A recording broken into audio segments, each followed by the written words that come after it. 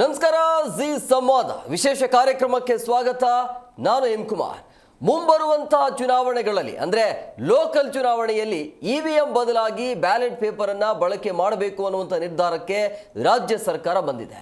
So ಹಂಗಾಗಿ ಇನ್ಮೇಲೆ ನಡೆಯುವಂತಹ ಗ್ರಾಮ ಪಂಚಾಯತಿ ಚುನಾವಣೆ ಆಗಿರಬಹುದು ಅಥವಾ ತಾಲೂಕ್ ಪಂಚಾಯತಿ, ಅದರ ಜೊತೆಗೆ ಜಿಬಿಎ ಚುನಾವಣೆ, ಎಲ್ಲ ಚುನಾವಣೆಗಳಲ್ಲೂ ಈಗ ಇವಿಎಂ ಬದಲಾಗಿ ಬ್ಯಾಲೆಟ್ ಪೇಪರ್ ಅನ್ನ ಬಳಕೆ ಮಾಡಬೇಕು ಅನ್ನುವಂಥ ನಿರ್ಧಾರ.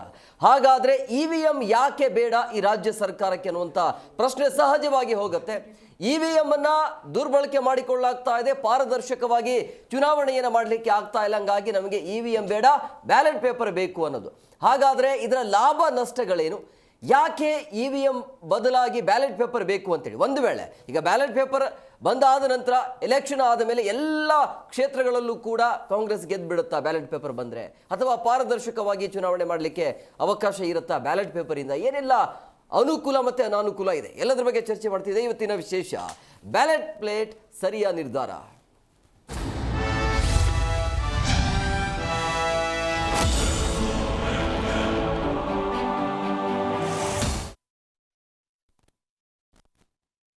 ಮಹತ್ವದ ನಿರ್ಧಾರವನ್ನು ಕೈಗೊಳ್ಳಲಾಗಿದೆ.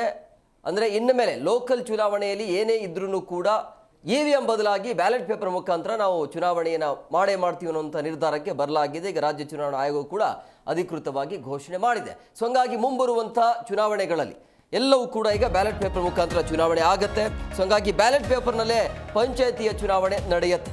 ಕ್ಯಾಬಿನೆಟ್ ಸಭೆಯಲ್ಲಿ ಸರ್ಕಾರ ತೆಗೆದುಕೊಂಡಿರುವಂಥ ಮಹತ್ವದ ನಿರ್ಧಾರ ಇದು. ಪಂಚಾಯತ್ ರಾಜ್ ಕಾಯ್ದೆಯ ತಿದ್ದುಪಡಿಗೆ ಈಗಾಗಲೇ ಕೂಡ ಅಸ್ತು ಸಿಕ್ಕಿದೆ. ಸೊ ಕಾಯ್ದೆಯ ತಿದ್ದುಪಡಿಗೆ ಸಂಪುಟ ಸಭೆ ಅನುಮೋದನೆ ಕೊಟ್ಟಿದೆ. ಸೊ ಬ್ಯಾಲೆಟ್ ಪೇಪರ್ನಲ್ಲೇ ಪಂಚಾಯಿತಿಯ ಚುನಾವಣೆ ಆಗುತ್ತೆ ಇನ್ನು ಮೇಲೆ.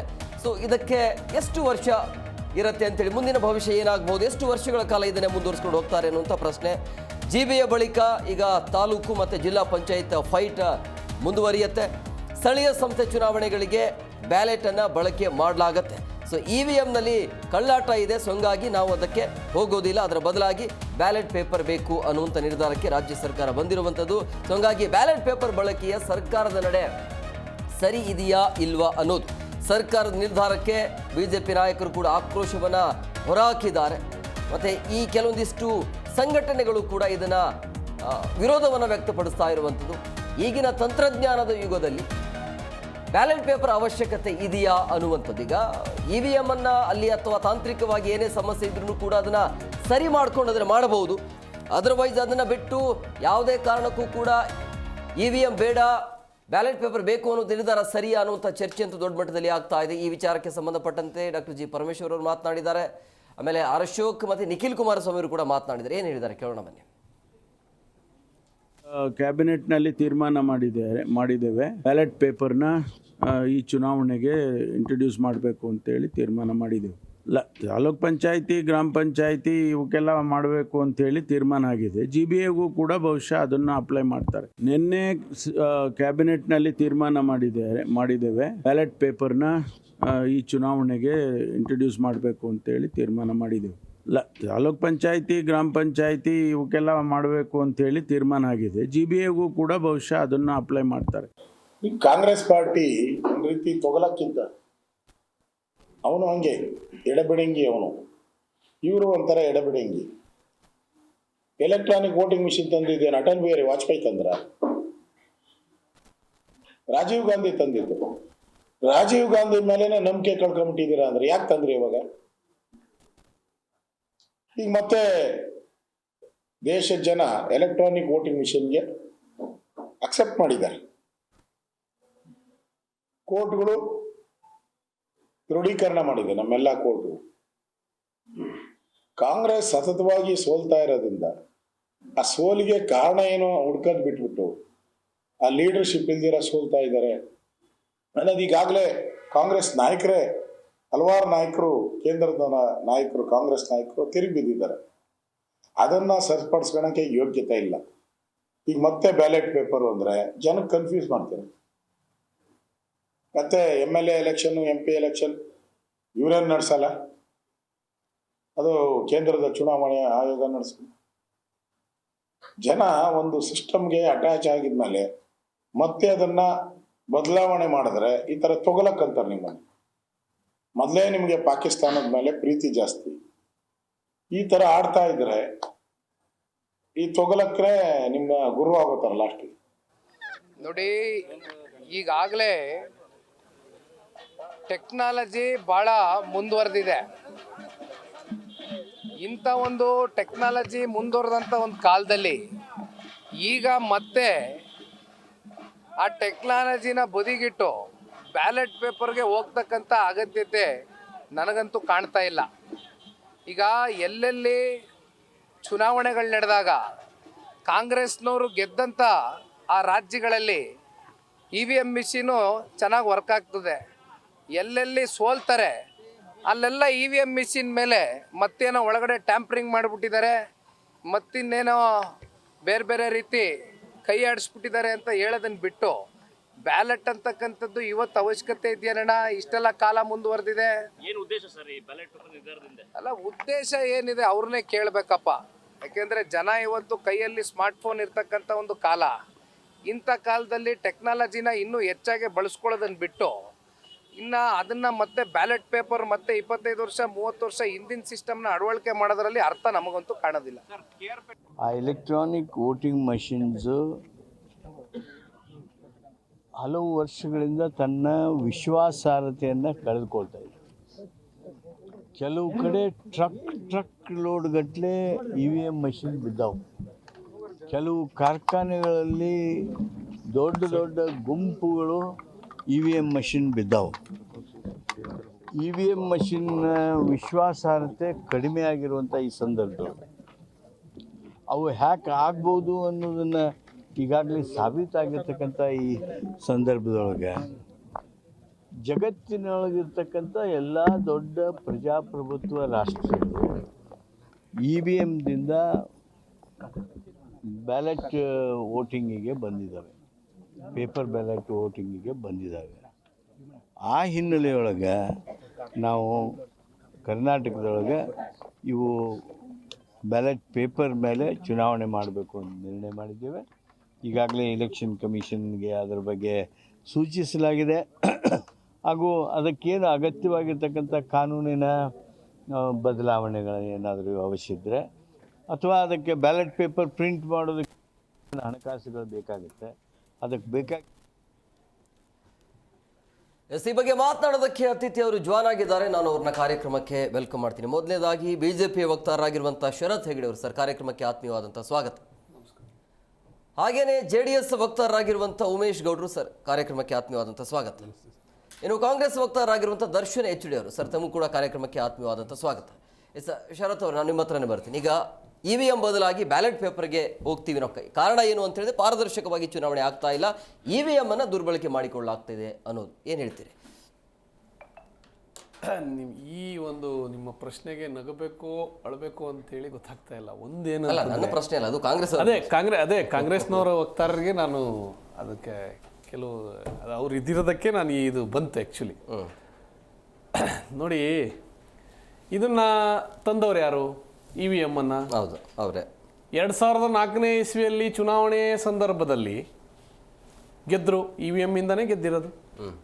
2009ರಲ್ಲೂ EVM ಅಲ್ಲೇ ಕಾಂಗ್ರೆಸ್ ಗೆದ್ದಿರೋದು, ಹಿಂದೆ ಸೆಂಟ್ರಲಲ್ಲಿ, ಕೇಂದ್ರದಲ್ಲಿ.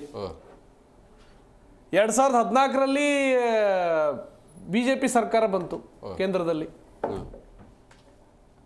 ಎಲ್ಲೆಲ್ಲಿ ಇವರು ಸೋಲ್ತೀವಿ ಅಂತೇಳಿ ಹತಾಶರಾಗಿರ್ತಾರೋ ಅಲ್ಲಿ EVM ಹ್ಯಾಕಾಗತ್ತೆ. ಈಗ ಕರ್ನಾಟಕ ರಾಜ್ಯದಲ್ಲಿ 136 ಸೀಟ್ ಬಂತಲ್ವಾ? ಹಾಗಾದ್ರೆ EVM ಏನಾದ್ರು ಹ್ಯಾಕ್ ಆಗಿದೆಯಾ? ನೋಡಿ, ಒಂದು ಗಾದೆ ಇದೆ, ಕುಣಿಯೋನಿಗೆ ನೆಲ ಡೊಂಕು ಅಂತೇಳಿ. ಅದು ಈಗ ನೆನಪಿಗೆ ಬರ್ತಾ ಇದೆ.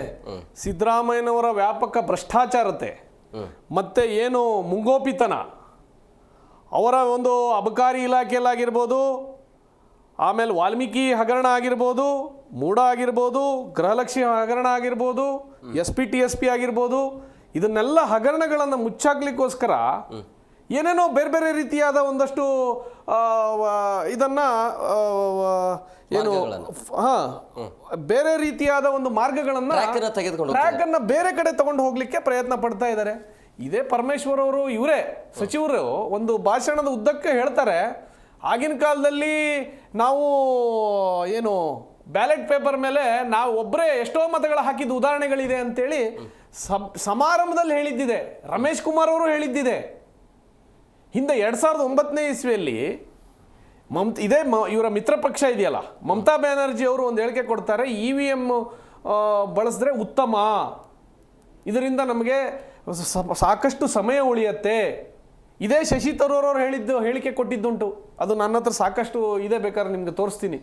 ಇವರ ನಾಯಕರುಗಳೇ, ಸ್ವಪಕ್ಷೀಯರೇ, ಕಾಂಗ್ರೆಸ್ನವರೇ, ಇವರೇ EVM ಮೇಲೆ ಸಾಕಷ್ಟು ಭರವಸೆಗಳಿದೆ. ನೋಡಿ, ನಾವು ಯಾವತ್ತೂ ಒಂದು ಟೆಕ್ನಾಲಜಿಯನ್ನು, ಬದಲಾವಣೆ ಕಾಲ ಇದು, ಟೆಕ್ನಾಲಜಿಯನ್ನು ಯೂಸ್ ಮಾಡಿಕೊಂಡು ನಾವು ಬದಲಾವಣೆಯ ಕಾಲದತ್ತ ನಾವು ಮುನ್ನೋಗ್ಬೇಕು ವಿನಃ ನಾವು ಮತ್ತೆ ವಾಪಸ್ಸು ಕಲಿಯುಗದಿಂದ ಶಿಲಾಯುಗಕ್ಕೆ ಹೋಗುವ ಪ್ರಯತ್ನ ಮಾಡಬಾರ್ದು. ಇಂಥ ಟೆಕ್ನಾಲಜಿ, ಬೆಂಗಳೂರು IT ಹಬ್ಬು, ಇಲ್ಲಿ GBAದಲ್ಲೂ ಸಹಿತ ಇವರು ಬ್ಯಾಲೆಟ್ ಪೇಪರ್ ತರ್ಲಿಕ್ಕೆ ಹೊರಟಿದ್ದಾರೆ. ಇವತ್ತಿನ ದಿವಸ ಏನಕ್ಕೆ ತರ್ಲಿಕ್ಕೆ ಹೊರಟರು ಅಂದರೆ, ಇವರ ಒಂದು ವ್ಯಾಪಕ ಭ್ರಷ್ಟಾಚಾರತೆ ಇದೆಯಲ್ಲ, ಆ ಒಂದು ಅದೇ ಒಂದು ಗುಂಗು ಹೇಳ್ತಾರಲ್ವ, ಅದೇ ಒಂದು ಕನಸಲ್ಲೇ ಇದ್ದಾರೆ. ಇನ್ನೂ ಇದರಲ್ಲಿ ಏನೋ ಮಾಡಿಬಿಡ್ಬೋದು ಹೇಳೋ ಒಂದು ವಿಚಾರದಲ್ಲಿದ್ದಾರೆ. ನೋಡಿ ಸ್ವಾಮಿ, ನಾವು ಬ್ಯಾಲೆಟ್ ಪೇಪರೂ ಬರಲಿ, EVM ಆದರೂ ಬರಲಿ, BJP ಮಾತ್ರ ಬಂದೇ ಬರುತ್ತೆ, ಗೆದ್ದೇ ಗೆಲ್ಲುತ್ತೆ. ನಮ್ಮ ಗೆಲುವು ಮಾತ್ರ ಖಡಾಖಂಡಿತವಾಗಿ, ಎಷ್ಟೇ ನೀವು ಏನೇ ಬ್ಯಾಲೆಟ್ ಪೇಪರ್ದಾರು ತನ್ನಿ, EVM ಆರು ತನ್ನಿ, ನಮ್ಗೆ ಯಾವುದೇ ರೀತಿ ಅಭ್ಯಂತರ ಇಲ್ಲ. ನಮ್ಮ ಅಭ್ಯಂತರ ಇರೋತಕ್ಕಂಥದ್ದು ಏನು ಅಂತ ಹೇಳಿದ್ರೆ, ನಮ್ಮ ಒಂದು ವಿರೋಧ ಏನು ಅಂತ ಹೇಳಿದ್ರೆ, ನೋಡಿ ಇವತ್ತಿನ ದಿವಸ ಒಂದು ಮತ ಸಹಿತ ಭಾಳ ಇಂಪಾರ್ಟೆಂಟು. ಅಮಾನ್ಯವಾಗುವ ಒಂದು ಸಂದರ್ಭ ಬಂದೋದಾಗತ್ತೆ, ಅದರಿಂದ ಈ ಬ್ಯಾಲೆಟ್ ಪೇಪರ್ ಸಮಯ ಇದಾಗತ್ತೆ, ಅಧಿಕಾರಿಗಳ ಏನು ಅವರ ಸಮಯನೂ ವ್ಯರ್ಥ ಆಗತ್ತೆ, ನಮ್ಮ ಸಮಯನೂ ವ್ಯರ್ಥ ಆಗತ್ತೆ. ಸಾಕಷ್ಟು ನಾವು ಪೇಪರ್ಲೆಸ್ ಮಾಡಿರೋದ್ರಿಂದ ಇವಾಗ EVM ಸಾಕಷ್ಟು ನಾವು ಪರಿಸರ ಕಾಳಜಿಯನ್ನು ನಾವು ತೆಗೆದುಕೊಳ್ಬೇಕಾಗತ್ತೆ ಈ ಸಮಯದಲ್ಲಿ. ಆ ಪರಿಸರ ಕಾಳಜಿಯೂ ನಮ್ಮಲ್ಲಿ ಇರುತ್ತೆ ಹೇಳೋ ದೃಷ್ಟಿಯಿಂದ ನಾವು EVM ಇರಲಿ ಅಂತ ಹೇಳಿ ನಾವು ಅಪೇಕ್ಷೆ ಪಟ್ಟಿದ್ದೀವಿ ವಿನಃ ಇದರಲ್ಲಿ ಯಾವುದೇ ರೀತಿ ನಮಗೆ ಯಾವುದೇ ರೀತಿ ಸೋಲಿನ ಹತಾಶೆನೂ ಇಲ್ಲ. ನಾವು ಯಾವುದೇ ರೀತಿ EVM ಬೇಕೇ ಬೇಕು, ಇದು ಬೇಡ ಅಂತೇಳಿ ನಾವು ಯಾವತ್ತೇ ಬಾಲಿಶವಾಗಿ ಮಾತನಾಡು ಇಲ್ಲ ಇಲ್ಲಿವರೆಗೆ. ಆದ ಕಾರಣ ಇದು ಒಂದು ನಾವು ಹೇಳಲಿಕ್ಕೆ ಇಷ್ಟಪಡ್ತೇವೆ. ಉಮೇಶ್ ಗೌಡ್ರೆ, ನಿಮಗೆ ಏನು EVM ಬೇಕಾ, ಬ್ಯಾಲೆಟ್ ಪೇಪರ್ ಬೇಕಾ, ಅಥವಾ ಸ್ವಾಗತ ಮಾಡ್ತೀರಾ ಯಾವುದಾದ್ರೂ ಓಕೆ ಅಂತ? ನೋಡಿ, ಈ ಚುನಾವಣೆ ಹತ್ತಿರವಾಗುವಂಥ ಸಮಯದಲ್ಲಿ ಒಳ್ಳೆ ವಿಚಾರವನ್ನು ನೀವು ಈ ವಾಹಿನಿ ಮೂಲಕ ಅಂತ ಜನರಿಗೆ ತಿಳಿಸ್ತಾ ಇದ್ದಾರೆ, ಅದಕ್ಕೆ ಧನ್ಯವಾದ ತಿಳಿಸ್ತಿದ್ದೇನೆ. ಇವತ್ತು ನಮ್ಮ ಯುವ ನಾಯಕರಾದಂಥ ನಿಖಿಲ್ ಕುಮಾರಸ್ವಾಮಿ ಅವರು ಮಂಡ್ಯದಲ್ಲಿ ಸ್ಪಷ್ಟವಾಗಿ ಹೇಳಿದ್ದಾರೆ, ನಾವು ಯಾವ ಯುಗದಲ್ಲಿದ್ದೀವಿ, ಆಧುನಿಕ ಯುಗದಲ್ಲಿದ್ದೀವಿ, ವೈಜ್ಞಾನಿಕ ಯುಗದಲ್ಲಿದ್ದೀವಿ. ಆದರೂ ತಂತ್ರಜ್ಞಾನ ಯುಗದಲ್ಲಿ ನಾವಿರುವಂಥ ಸಂದರ್ಭದಲ್ಲಿ ಕಾಂಗ್ರೆಸ್ ಸರ್ಕಾರ ನಮ್ಮ ಎಲ್ಲ ಮತದಾರರನ್ನು ಮತ್ತೆ ಶಿಲಾಯುಗಕ್ಕೋ ಅಥವಾ ಪೇಪರ್ ಯುಗಕ್ಕೆ ಕರ್ಕೊಂಡು ಹೋಗುವಂಥ ಒಂದು ವ್ಯವಸ್ಥೆಯನ್ನು ಮಾಡ್ತಾ ಇದೆ. ಇದಕ್ಕೂ ನಿಜಕ್ಕೂ ನಾಚಿಗೇಡಿನ ಸಂಗತಿ. ಇದಾಗಬಾರ್ದು. ನಾವು ಪ್ರತಿದಿನ ನಾವು ಎಲ್ಲ ವಿಚಾರದಲ್ಲೂ ಈ ಗವರ್ನೆನ್ಸನ್ನು ಅಪ್ಲೈ ಮಾಡ್ತಾ ಇದ್ವಿ. ಎಲೆಕ್ಟ್ರಾನಿಕ್ ಮೆಥಡನ್ನು ಎಲ್ಲ ಕಡೆ ಇದೆ. ಅಂಗೈಯಲ್ಲಿ ಕನ್ನಡಿ ಇಟ್ಕೊಂಡಿದ್ದೀವಿ, ಒಂದು ಮೊಬೈಲ್ ಇಟ್ಕೊಂಡು ಇಡೀ ಜಗತ್ತು ನೋಡುವಂಥ ಕಾಲದಲ್ಲಿ ಇನ್ನು ಇವರನ್ನು ಬ್ಯಾಲೆಟ್ ಪೇಪರ್ ಅಂತ ಹೇಳ್ತಾ ಇದ್ದಾರೆ. ನಾನು EVM ಬಗ್ಗೆ ಸ್ವಲ್ಪ ಒಂದಷ್ಟು ವಿಚಾರಗಳನ್ನು ಹೇಳ್ತೀನಿ. ಅದು ನೋಡಿ, EVM ಬಂದಿದ್ದು ಅಂದರೆ ವಿದ್ಯುನ್ಮಾನ ಮತಯಂತ್ರ EVM, ಎಲೆಕ್ಟ್ರಾನಿಕ್ ವೋಟಿಂಗ್ ಮೆಷಿನ್ ಬಂದು 1977ರಲ್ಲಿ ಇದನ್ನು ಆವಿಷ್ಕಾರ ಮಾಡ್ತಾರೆ. ಯಾರು? ಎಲೆಕ್ಟ್ರಾನಿಕ್ ಕಾರ್ಪೊರೇಷನ್ ಆಫ್ ಇಂಡಿಯಾದವರು ಒಂದು ಕೊಡ್ತಾರೆ, ಅದನ್ನು ಒಂದು ಮಾಡೆಲ್ಲ. ಈ ಮಾಡೆಲನ್ನು 79 ಮತ್ತು 80ರಲ್ಲಿ ತೋರಿಸ್ತಾರೆ. ಅದನ್ನು 78, 79ರಲ್ಲಿ ತೋರಿಸ್ತಾರೆ. ಯಾರಿಗೆ? ಎಲ್ಲ ರಾಜಕೀಯ ಪಕ್ಷಗಳಿಗೆ ತೋರಿಸ್ತಾರೆ, ಇದು ನೋಡಿ ಅಂತೇಳಿ. ಮೊಟ್ಟ ಮೊದಲೇ ಬಾರಿಗೆ 1982ನಲ್ಲಿ ಕೇರಳದ ಒಂದು ಪರುವಾರ್ ಅನ್ನೋ ಒಂದು ವಿಧಾನಸಭಾ ಕ್ಷೇತ್ರದಲ್ಲಿ ಆಯ್ದ ಮತಗಟ್ಟೆಗಳಲ್ಲಿ ಈ ಒಂದು ಪ್ರಯೋಗ ಮಾಡ್ತಾರೆ. ಏನಂತ? ಇದನ್ನ ಎಲೆಕ್ಟ್ರಾನಿಕ್ ಮಿಷಿನನ್ನು ಯೂಸ್ ಮಾಡ್ಬೋದು ಅಂತ ಹೇಳಿ. ಸೊ ಇದಾದ್ಮೇಲೆ ಏನಾಗುತ್ತೆ ಅಂತಂದರೆ, ಸುಪ್ರೀಂ ಕೋರ್ಟ್ ಆಫ್ ಇಂಡಿಯಾ, ನಮ್ಮ ಪರಮೋಚ್ಚ ನ್ಯಾಯಾಲಯ ಇದೆ, ಅದಕ್ಕೆ ಕೆಲವರು ಅರ್ಜಿ ಹಾಕ್ತಾರೆ, ಇಲ್ಲ ಇದು ಅನ್ಕಾನ್ಸ್ಟಿಟ್ಯೂಷನಲ್ ಇದೆ. ಯಾಕೆಂದರೆ ಜನಪ್ರತಿನಿಧಿ ಕಾಯ್ದೆ 1951, ಮತದಾರ ಕಾಯ್ದೆ 1961 ಎಲ್ಲಿಯೂ ಸಹ ಇದರ ಉಲ್ಲೇಖ ಇಲ್ಲ. ಎಲೆಕ್ಟ್ರಾನಿಕ್ ವೋಟಿಂಗ್ ಮೆಷಿನನ್ನು ಯೂಸ್ ಮಾಡುವಂಥ ವಿಚಾರ ಲೆಜಿಸ್ಲೇಷನ್ ಇಲ್ಲ, ಕಾನೂನೇ ಇಲ್ಲದೆ ಇದ್ದಂಥ ಸಂದರ್ಭದಲ್ಲಿ ಓವರ್ ರೂಲ್ ಮಾಡಿ ಇದಕ್ಕೆ ಅನ್ಕಾನ್ಸ್ಟಿಟ್ಯೂಷನಲ್ ಅಂತೇಳಿ ಮಾಡ್ತಾರೆ. ಅದಾದಮೇಲೆ ಏನಾಗುತ್ತೆ ಸರ್, 1988 ಮತ್ತು 89ರಲ್ಲಿ 1951ರ ಕಾಯ್ದೆಗೆ, ಜನಪ್ರತಿನಿಧಿಗೆ ಕಾಯ್ದೆಗೆ ತಿದ್ದುಪಡಿ ತರ್ತಾರೆ, ಎಲೆಕ್ಟ್ರಾನಿಕ್ ವೋಟಿಂಗ್ ಮಿಷಿನನ್ನು ಬಳಸ್ಬೋದು ಅಂತೇಳಿ. ಸೊ ಅಧಿಕೃತವಾಗಿ 1992ನಲ್ಲಿ ಆ್ಯಕ್ಟ್ ಬರ್ತದೆ. ಅದಾದಮೇಲೆ ಸರ್ 1998ಅಲ್ಲಿ ಎಕ್ಸ್ಪೆರಿಮೆಂಟ್ ಪರ್ಪಸ್ಸು ಸುಮಾರು ರಾಜ್ಯದ 25 ವಿಧಾನಸಭಾ ಕ್ಷೇತ್ರದ ಬೇರೆ ರಾಜ್ಯಗಳಲ್ಲಿ ಇದನ್ನು ಬಳಸ್ತಾರೆ. ಆಗ ಒಂದು ಪಾಸಿಟಿವ್ ಫಲಿತಾಂಶ ಬರ್ತದೆ, ಅಂದರೆ ಸಮಯ ಉಳಿತದೆ, ಅವೇರ್ನೆಸ್ ಕ್ರಿಯೇಟ್ ಮಾಡಬಹುದು, ಬೇಗ ರಿಸಲ್ಟ್ ಬರ್ತದೆ, ಮತ್ತು ಇದು ಯಾವುದೇ ರೀತಿ ಭ್ರಷ್ಟಾಚಾರ ಆಗೋದಿಲ್ಲ ಅಂತ ಹೇಳಿ ಭಾವಿಸಿ ಕೊಡ್ತಾರೆ. ಇದಾದಮೇಲೆ 2001ರಲ್ಲಿ ತಮಿಳುನಾಡು ಅಸೆಂಬ್ಲಿ ಎಲೆಕ್ಷನ್ನಲ್ಲಿ ಬಹುತೇಕ ಅಲ್ಲಿ ಇದನ್ನು ಬಳಸ್ತಾರೆ, ಅದು ಸಕ್ಸಸ್ ಆಗುತ್ತೆ. ಅದಾದಮೇಲೆ ಮನಮೋಹನ್ ಸಿಂಗ್ ಅವರು ಪ್ರಧಾನಮಂತ್ರಿ ಆದಂಥ ಕಾಲದಲ್ಲಿ 2004ರಿಂದ ಅಲ್ಲಿಗೆ ನಿಲ್ಲಿಸಿ, ನಾನು ವಾಪಸ್ ಬರ್ತೀನಿ ದರ್ಶನ್ ಅವ್ರ ಹತ್ರ. ಅಲ್ಲಿ ಅಲ್ಲಿಯೂ ಸಹ ಇದು ಆಯ್ತು. ಮುಂಚೂಣಿಗೆ ಬರ್ತದೆ ಸರ್ ಇದು. ದರ್ಶನ್ ಅವರೇ, EVM ಬದಲಾಗಿ ಬ್ಯಾಲೆಟ್ ಪೇಪರನ್ನು ತರುವಂತಹ ಈ ಒಂದು ಚಿಂತನೆ ಯಾಕೆ ನಿಮ್ಮಲ್ಲಿ? ಸರ್, ಬ್ಯಾಲೆಟ್ ಪೇಪರ್ ಸೊ ಅದ್ರ ಪವರ್ ಹೇಗಿದೆ ಅಂತಂದರೆ ಬುಲೆಟ್ಗಿಂತ more than a bullet power ಇರ್ತಕ್ಕಂಥದ್ದು ಬ್ಯಾಲೆಟಿಗೆ. 1951-52 ಸಾರ್ವತ್ರಿಕ ಚುನಾವಣೆಯಿಂದ ಭಾರತ ದೇಶದಲ್ಲಿ ಬ್ಯಾಲೆಟ್ ಪೇಪರ್ನೇ ಉಪಯೋಗಿಸ್ತಾ ಇರೋದು. ಇವತ್ತು EVMನ ಕಂಡುಹಿಡಿದಿರ್ತಕ್ಕಂಥ ಜಪಾನ್ನಲ್ಲೇ EVMನ ಬಳಸ್ತಾ ಇಲ್ಲ. ಮತ್ತು ಮುಂದುವರೆದಂತಹ ರಾಷ್ಟ್ರಗಳು ಅಂತ ನಾವು ಏನು ಹೇಳ್ತೀವಿ ಜಗತ್ತು, ಅಲ್ಲ, ಅವರು ಮುಂದುವರೆದಿದ್ದಾರೆ, ಬಟ್ ನಾವು ಮುಂದುವರಿತಾ ಇದ್ದೀವಿ. ನಾನು ಅಮೇರಿಕ ಉದಾಹರಣೆ, ಅಮೇರಿಕದಲ್ಲೂ ಬ್ಯಾಲೆಟ್ ಪೇಪರೇ ಇರೋದು, ಕೆನಡಾ ಬ್ಯಾಲೆಟ್ ಪೇಪರೇ ಇರ್ತಕ್ಕಂಥದ್ದು, ಜರ್ಮನಿ ಬ್ಯಾಲೆಟ್ ಪೇಪರೇ ಇರ್ತಕ್ಕಂಥದ್ದು. ಸೊ ಮತ್ತೆ ಇವಾಗ ಭಾರತದಲ್ಲಿ ನಮ್ಮ ಮೇಲೆ ಹೇಳ್ತಾ ಇದ್ದಾರೆ 2004ರಿಂದ ಅಂತೇಳಿ. 2002ರಲ್ಲೂ ಅದರ ಒಂದು ಪರಿಚಯ ಆಯಿತು. ಅದಕ್ಕೂ ಬಿಫೋರು 1982ಅಲ್ಲಿ ಇವ್ರು ಹೇಳಿದಾಗೆ ಕೇರಳದಲ್ಲಿ ಒಂದು ಅದನ್ನು ಪರಿಚಯ ಮಾಡಿಸುವಂಥ ಸಂದರ್ಭ ಬಂತು. ಸರ್, ಇವತ್ತು ಏನು EVM ಮಿಷನ್ ಅನ್ನುವಂಥದ್ದು it's a man made machine. Man made ಮಿಷನ್ನ ನೀವು ಯಾವ ರೀತಿ ಬೇಕಿರೋ ಮ್ಯಾನಿಪ್ಯುಲೇಟ್ ಮಾಡಬಹುದು.